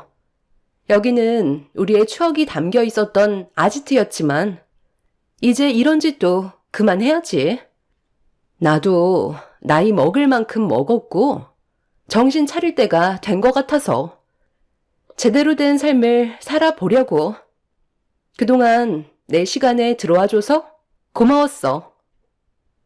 상간녀는 집으로 들어갔고 전 남편은 눈물까지 흘리면서 자기를 버리지 말라며 무릎까지 꿇고 애원하고 있었어요. 그 모습을 보는데 제가 저런 사람과 결혼을 했었다는 거에 제 자신이 너무 창피스러웠었네요. 상간녀의 단호한 행동으로 인해 모든 걸 잃은 듯한 표정으로 고개를 떨군 채 돌아가는 전 남편을 보고 있는데 왜 저렇게까지 사는지 이해할 수가 없었어요. 저에게 상처 주고 잘 먹고 잘 살겠다던 그 사람이 상간녀에게 버림받은 모습을 보니까 제 속이 다 시원했었습니다. 조금이라도 제가 느꼈던 아픔들을 그 사람도 느꼈으면 좋겠다고 생각했었죠. 그렇게 멀리 사라져가는 전 남편을 한참 동안 바라본 뒤 상간녀 집에 불이 꺼지는 것까지 확인하고 저는 집으로 돌아오게 되었어요. 예상했던 대로 상간녀는 재력 있는 집안에 시집을 가기 위해 전 남편과의 관계를 끊어낼 생각을 가지고 있었던 걸 알 수 있었고 그런 모습을 보고 있던 저는 상간녀가 무너지는 걸 꼭 확인하고 싶었습니다. 그렇게 많은 생각을 하면서 집으로 돌아오니 저희 엄마는 아이들을 재웠는지 방에서 막 나오셨어요. 남편과 이혼을 한 뒤 제가 항상 우울해하는 모습을 보이자 엄마는 그날도 별일 없었는지 물어보셨죠.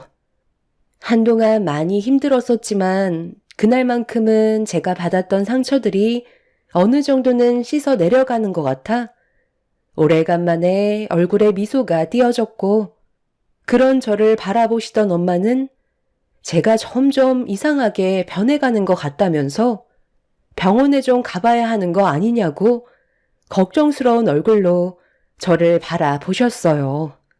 저는 엄마와 오래간만에 맥주를 마시면서 좀 전에 있었던 상황에 대해 말씀드렸고, 엄마는 제 말에 경악을 하더니 하루 만에 벌어진 일들에 대해 믿을 수 없다는 표정으로 저를 바라보셨죠.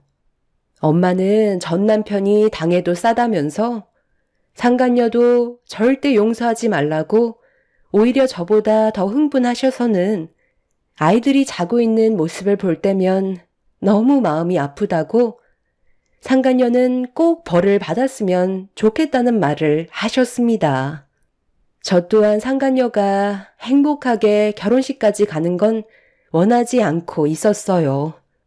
제가 살아있는 동안 상간녀가 행복한 삶을 사는 건 두 눈 뜨고 절대 보고 싶지 않았기 때문에 무조건 무너뜨리고 싶었었네요. 그런데 며칠 뒤 평소처럼 아이들 학교를 보낸 뒤 부동산 일을 시작하기 위해 문을 열고 청소를 하고 있었는데 전 남편이 예고도 없이 찾아왔어요. 별로 대화를 섞고 싶지 않아 무시하자 먼저 말을 붙여왔습니다. 내가 너무 아침 일찍 찾아왔지? 할 말이 있어서 왔는데 잠깐 시간 좀 내줄 수 있어? 당신이 나를 용서해주지 않을 거라는 거 나도 잘 알고 있어. 그런데 이렇게 살다 보니까 내가 뭐 하는 건가 싶더라고. 무엇을 위해 이렇게까지 했는지 너무 후회가 밀려와서 다시 바로잡고 싶었어. 당신은 나를 용서해주고 싶지 않겠지만 마지막으로 한 번만 기회를 주면 안 될까? 애들도 보고 싶고 다시 예전처럼 행복했던 삶으로 돌아가고 싶어. 내가 정말 잘못했어. 이미 이혼 서류에 도장 찍고 서로 남남이 됐는데 이제 와서 뭘 되돌리고 싶다는 거야? 당신이랑 나는 이미 끝난 사이 아니야? 이혼할 때 나한테 뭐라고 그랬어? 나한테 돌아올 일 절대 없을 거라고 웃으면서 내 앞에서 상간녀 손잡고 떠났었잖아. 내가 그때 얼마나 큰 상처를 받았는지 알아? 그런데 이혼한 지 1년 만에 내 앞에 나타나서 갑자기 나랑 다시 시작하겠다고 하면 내가 무슨 말이 나올 것 같은데? 그때 친권 포기 각서까지 쓰고 모든 걸 다 포기한 사람이 이제 와서 되돌리고 싶다고? 당신은 나랑 이혼하기 전까지 충분히 바로잡을 수 있는 시간이 상당히 많이 있었어. 내가 당신 다리 붙잡고 아이들을 위해서라도 돌아와 달라고 몇 번이나 부탁했었던 거 잊었지? 그런데도 나를 뿌리치고 상간녀한테 달려가 놓고 이제 와서 이러는 이유가 뭔데? 그 여자랑 헤어지기라도 했니? 그래서 만날 여자가 없으니까 아쉬운 대로 나라도 끼고 살아야 될 것 같아? 절대 받아줄 일 없으니까 아침부터 기분 잡치게 하지 말고 당장 내 눈앞에서 사라져. 내가 어떻게 하면 받아줄래? 시키는 건 뭐든 다 할게. 당신이 원하는 건 그게 무엇이든 할 테니까 제발 마지막으로 한 번만 용서해 주라. 애들이 불쌍하지도 않아? 평생 아빠 없는 자식 만들 거야? 내가 다시 잘하면 되잖아. 가정에 충실하고 그동안 당신이랑 아이들한테 못했던 거 원 없이 해주면 되는 거 아니야? 이미 애들도 당신이 그 여자랑 바람 피워서 우리 가족 버리고 갔다는 거 다 알고 있어. 더 이상 애들한테 상처 주지 마. 영업 방해로 경찰에 신고하기 전에 이제 그만 나가줬으면 좋겠는데. 당신이 뭘 해도 달라지는 건 아무것도 없을 거야. 애초에 너희들은 불완전한 관계였던 거 몰라? 당장 내 눈앞에서 그 더러운 면상 좀 치워줄래?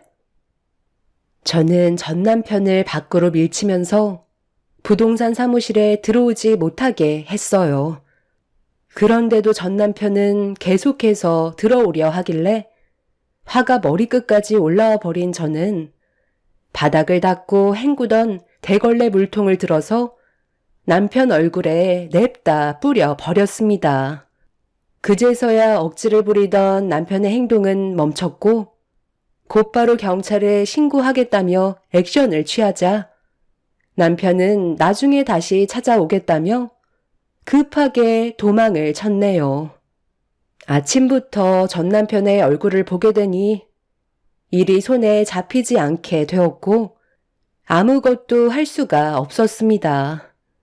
상간녀가 헤어지자는 말을 하지 않았다면 저에게 찾아올 생각도 없었으면서 꽝 대신 닭이라고 괜히 아쉬우니까 저에게 다시 돌아오려는 전 남편의 행동이 저에게 더 큰 실망감을 안겨 주었어요.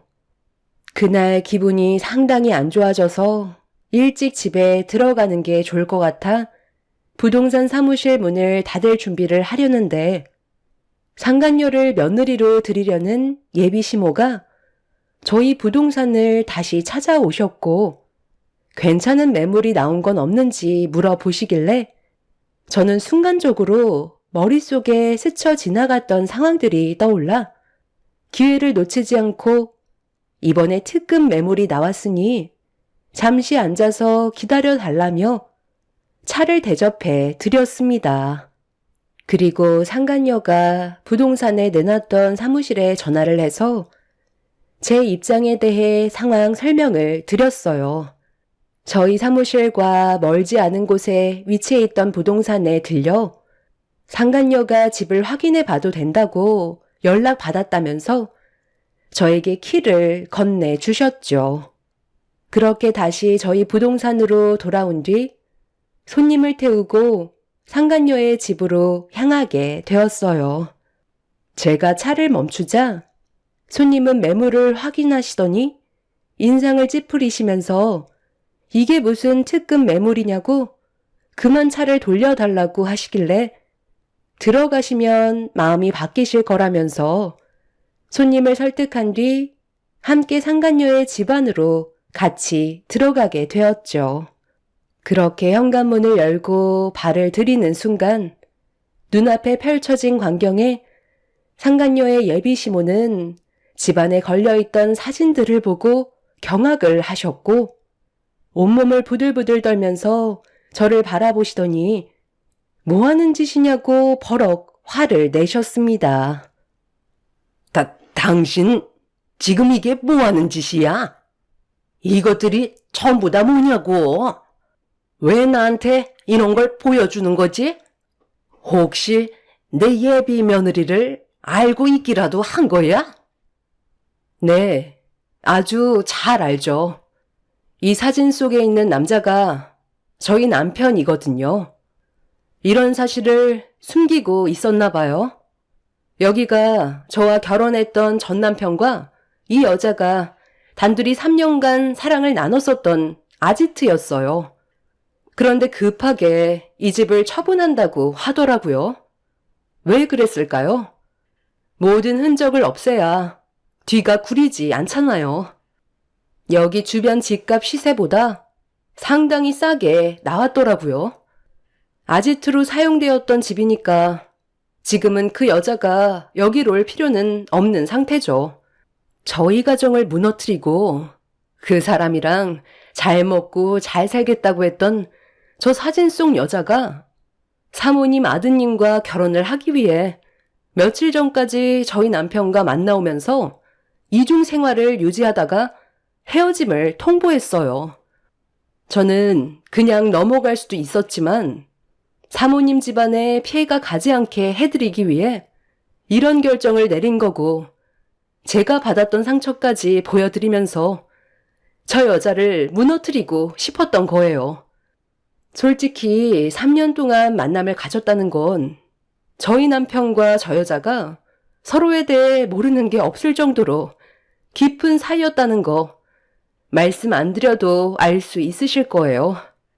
저런 더러운 여자가 사모님한테는 깨끗한 척 참한 척 온갖 애교까지 떨면서 아무것도 모르는 순수한 교사인 척 행동을 했었겠죠. 그런데 이거 보세요. 그 뒤에는 엄청난 실체를 숨기고 있었고, 이런 여자한테 사모님 식구들은 전부 다 속아 넘어가고 있었습니다. 말도 안 돼. 어떻게 이런 쓰레기 같은 여자가 내 앞에서 참한 교사인 척 행동을 할 수가 있는 거지? 교사라고 해서 정말 높은 점수를 줬었구만. 아주 더러운 여자였잖아. 감히 내가 누구인 줄 알고 나를 속이려 들어. 당장 내 눈앞에서 무릎 꿇는 모습을 봐야 할 것 같네. 절대 용서치 않을 거야. 상간녀의 예비 시모는 바로 어딘가에 전화를 걸었어요. 그리고 수화기에서 울려 퍼지는 목소리는 상간녀의 애교 섞인 목소리였지만 바로 튀어오라는 한마디에 상간녀는 발등에 불이 떨어졌다는 걸 인지했는지 순식간에 현관문을 열고 숨을 헐떡이며 들어왔죠. 1차적으로 제 얼굴을 보고 경악한 상간녀는 최대한 침착하게 행동하려고 머리를 굴리는 모습이 눈에 들어왔어요. 상간녀는 예비 시모한테 90도로 인사를 드린 뒤 전부 다 설명드리겠다는 말을 꺼내자 사모님은 상간녀의 말을 들어보기도 전에 뺨을 올려 붙인 뒤 절대 용서할 수 없다며 사람 잘못 건드렸다고 분노를 억누르지 못하고 계셨습니다. 제가 다 설명할게요. 그러니 일단 침착하세요. 이건 저 여자가 전부 다 계획한 거라고요. 저는 사진 속에 있던 남자 전혀 모르는 사이라니까요. 네가 거짓말을 하면 할수록 사태는 점점 심각해진다는 거 몰라? 그냥 지금이라도 늦지 않았으니까 솔직하게 털어놓고 잘못을 인정하지 그래. 이제는 네가 아무 말이나 막 뱉어대는구나. 감히 나를 속이고 내 며느리로 들어올 생각을 했던 거야? 우리 집안이 어떤 집안인지 모르는 건 아닐 텐데. 너 같은 거 감쪽같이 이 세상에서 사라지게 만들 수 있다는 거 몰라? 마지막으로 기회를 줄 테니까 솔직하게 얘기하는 게 좋을 거야. 여기 사진 속 남자 누구야? 어머니, 정말 죄송해요. 제가 잘못했어요. 그러니 한 번만 용서해 주세요. 저분의 남편이었어요. 하지만 지금은 아무 사이도 아니에요. 믿어주세요. 이 집을 내놓은 것도 관계를 정리했기 때문에 전부 처리하는 중이었다니까요. 저는 기성 씨 아니면 앞으로 살아갈 수가 없는 사람이에요. 저희 이제 결혼식밖에 안 남았는데 과거에 있었던 일로 모든 걸 망치고 싶지 않아요. 잠깐 스쳐 지나갔던 인연일 뿐이고 저 사람한테도 이건 잘못이 있는 거라고요. 저 여자가 자기 남편 간수 못해서 이런 상황이 온 걸 지금 제 탓으로 돌리고 있는 중이라니까요. 제가 어머니한테 얼마나 잘하는지 아시잖아요. 너 때문에 우리 가정은 아직까지 휘청거리고 있고 아이들은 지금도 정신과 치료를 받고 있는 중이야. 너 하나 때문에 우리 가정은 무너져 버렸다고. 나 참, 아이들까지 있었어? 그럼 자식 있는 남자를 건드렸다는 거야? 너네 앞에서는 참한 척 하더니만 절대로 해서는 안 되는 일들을 저질렀었단 말이지? 좋게 넘어가려 했는데 안 되겠구만. 우리가 받은 손해가 너무 막대하기 때문에 그에 따른 위자료 소송은 당연한 거고 너는 이 바닥에서 앞으로 얼굴을 들고 다니지 못할 테니까 각오하는 게 좋을 거야. 이거 놓지 못해? 내 다리 붙잡아봤자 소용없다니까. 너는 사람 잘못 건드렸어. 세상이 아주 만만하지? 사모님은 상간녀를 일으켜 세우더니 양뺨에 수차례 손을 올려 붙였고 얼굴이 퉁퉁 부어오른 상태에서도 상간녀는 그 집안의 며느리로 들어가야 된다면서 손이 발이 되도록 빌고 있었어요. 그런데 갑자기 현관문이 스르륵 열리더니 고개를 내밀고 들어온 한 남자와 눈이 마주쳤어요. 충격적이게도 전 남편이었습니다. 혜인아, 너 이게 무슨 꼴이야? 왜 울고 있는 건데? 그리고 얼굴에 손바닥 자국은 또 뭐고? 저기요, 아줌마. 그쪽이 우리 혜인이 이렇게 만들었어요? 그 짝이에 가정을 버리고 바람 피운 사람이구만. 딱 봐도 여자들한테 엄청 찝쩍거리게 생기긴 했네. 끼리끼리 논다더니 정말 둘이 딱 어울리는 한 쌍이네. 아침부터 나한테 찾아온 이유가 뭐야? 저 여자한테 아직까지 미련이 남아 있었으면서 나랑 다시 잘해보겠다고 울고 짜고 했던 거 전부 다 연기였던 거야? 나한테는 혜인이가 내 삶의 전부라고. 당신이 이런 상황을 만든 거지. 남의 집에 함부로 들어오면 주거 침입죄에 걸린다는 거 몰라? 당장 고소 진행할 거라고. 고소? 이 집에 들어온 건 어디까지나 합법이고 당신이 지금 관여할 문제는 아니니까 그만 빠져주지 그래. 괜히 피해보지 말고 조용히 나가는 게 좋을 거야. 저기요, 아줌마. 저는 혜인이랑 절대 헤어지지 않을 거고 제 여자입니다. 그러니 여기에서 멈춰 주시죠. 그쪽 며느리로 받아들이지 않으면 된 거잖아요. 우리가 피해본 금액이 얼마인데 그만하게 생겼어요? 쓸데없이 참견하지 말고 상관없는 사람은 빠져주는 게 좋을 것 같은데 괜히 불통 튑니다. 뭐라고요? 지금 한번 해보자는 거예요? 이 노인네가 가만히 있으니까 사람 무서운 줄 모르고 인생 망치고 싶어서 작정했지. 여기에서 그만하라고 했잖아. 전 남편은 갑자기 사모님의 어깨를 밀쳐대면서 화를 내기 시작했어요. 이성을 잃어버린 남편이 너무 강하게 밀쳤는지 사모님은 뒤로 넘어져 버리게 되었고 그걸 본 저와 상간녀는 경악을 하고 말았습니다. 상간녀는 전 남편한테 정신 나갔냐고 강하게 밀친 뒤 사모님의 몸 상태를 살피고 있는데 넘어진 사모님은 상간녀 보고 비키라면서 발로 밀어 버렸어요.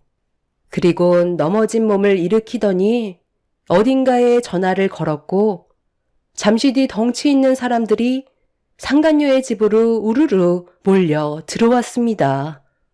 순식간에 분위기에 압도되어 버린 상간녀와 전 남편은 아무 말도 하지 못한 채 불안에 떨고 있었는데 사모님은 받은 만큼 돌려주는 게 서로에 대한 예의 아니냐면서 어디론가 데리고 가려 하자 그제서야 사태 파악이 됐는지 전 남편은 그 자리에 털썩 무릎을 꿇더니 용서를 구하기 시작했어요. 제가 높으신 분을 몰라 뵀던 것 같습니다. 정말 죄송합니다. 잠깐 정신이 나갔던 것 같은데 제가 큰 실수를 저질렀던 것 같네요. 한 번만 용서해 주세요. 어머니, 앞에 두 번 다시 나타나지 않을 테니까 이번만 넘어가 주시면 안 될까요? 다시는 그 사람 앞에 나타나지 않을게요. 제발 여기에서 멈춰 주세요. 멈출 생각이었으면 저 사람들 부르지도 않았어. 너희들이 저지른 행동에 대한 대가는 치러야 하는 건 당연한 거 아니야? 그럴 거면 덤비지를 말던가. 사모님은 제 손을 잡더니 덕분에 자기 아들 인생 구할 수 있었다며 도와줘서 고맙다는 말을 끝으로 상간녀와 전 남편을 데리고 어디론가 사라져 버렸습니다. 전 남편은 저를 애타게 부르면서 도와달라고 했지만 제가 도와줄 이유는 전혀 없었어요. 그렇게 한바탕 난리가 난 뒤 그날 이후로 상간녀와 전 남편의 소식은 듣지 못하고 있었죠. 그런데 며칠 뒤 한동안 부동산에 오지 않으셨던 사모님께서 찾아오셨어요. 갑자기 찾아오셔서 놀란 상태로 인사를 드리며 차를 대접해 드렸죠. 그동안 잘 지내고 있었어요? 나는 요 며칠 중요한 일 몇 개 처리하느라 정신없이 지내고 있었는데 처음 봤을 때보다 얼굴빛이 좋아졌네. 저도 이제 과거에 있었던 일들은 털어버리고 열심히 살아야죠. 지금은 걱정거리가 없어져서 마음이 한결 편해졌어요. 사모님은 잘 지내고 계셨어요? 아휴, 말도 마. 일 처리하는 게 쉽지 않다니까. 우리 집안을 속이고 내 아들과 결혼하려 했던 그 애는 결혼식 비용에 손해난 부분과 우리 가족이 받은 정신적인 피해 보상에 대한 대가를 갚기 위해 열심히 일을 하고 있는 중이야. 아마 적성에 맞을 거야. 눈웃음 잘 치고 남자들 꼬시는 능력은 워낙 탁월하니까 딱 맞는 직업을 가지게 해줬지. 우리가 손해본 피해 금액만 청산하면 그때부턴 자유의 몸이지만 그 전까지는 건물 밖으로 한 발자국도 못 움직일 거야. 그리고 자네랑 살림 차렸던 그 남자는 죽어도 그 여자랑 떨어지지 않겠다네. 그래서 그 여자가 나한테 진 빚을 청산할 때까지 붙어 있으라고 그랬어. 나는 무상으로 직원이 둘이나 생기게 된 거지. 자신들이 저지른 행동에 대한 대가는 치러야 하잖아.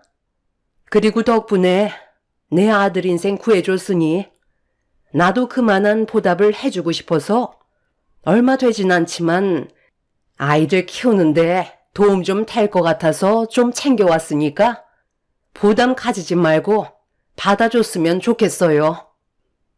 사모님의 아들과 결혼을 하려고 했던 상간녀는 결혼식 준비까지 거의 다 끝난 상태였지만 제가 모든 진실을 밝혀버리자 그에 따른 손해난 금액이 상당한 거액이라는 걸 알게 되었고 상간녀 집안에서도 바람 피웠던 사실을 숨기고 있었다는 걸 알게 된 사모님은 손해배상을 청구했지만 상간녀의 부모님들까지도 알게 되면서 교사로서 유부남을 만난 딸을 용서할 수 없다며 내쳐버린 것 같았어요. 상간녀가 교사로 있던 학교에까지 소문이 금방 퍼져서 학부모들의 반대 의견으로 교사직까지 내려놓게 되는 상황이 온 것 같았죠. 결국 사모님이 운영하셨던 술집에서 상간녀는 일정 기간 동안 일을 할 수밖에 없었습니다. 전 남편은 그런 여자가 뭐가 좋다고 같이 술집에 들어가 일을 하게 되었던 거죠. 제가 도움을 줬다는 이유 하나만으로 사모님은 저에게 어느 정도의 보상금을 쥐어 주었지만 저는 그 돈을 받진 않았습니다. 찝찝한 것보다 상간녀와 전 남편을 무너뜨렸다는 것 하나만으로 저에게는 돈보다 더 큰 걸 얻었기 때문에 사모님이 주신 돈을 받지 않았어요. 사람은 죄 짓고는 못 산다는 말이 있죠. 상간녀는 자기 욕심 때문에 인생을 망치게 되었고 전 남편은 상간녀 때문에 자기 인생을 망치게 되었네요. 앞으로 저와 아이들의 인생은 행복만 가득했으면 좋겠습니다. 제가 바라는 건 그거 하나뿐이네요. 제 사연 들어주신 분들 감사합니다.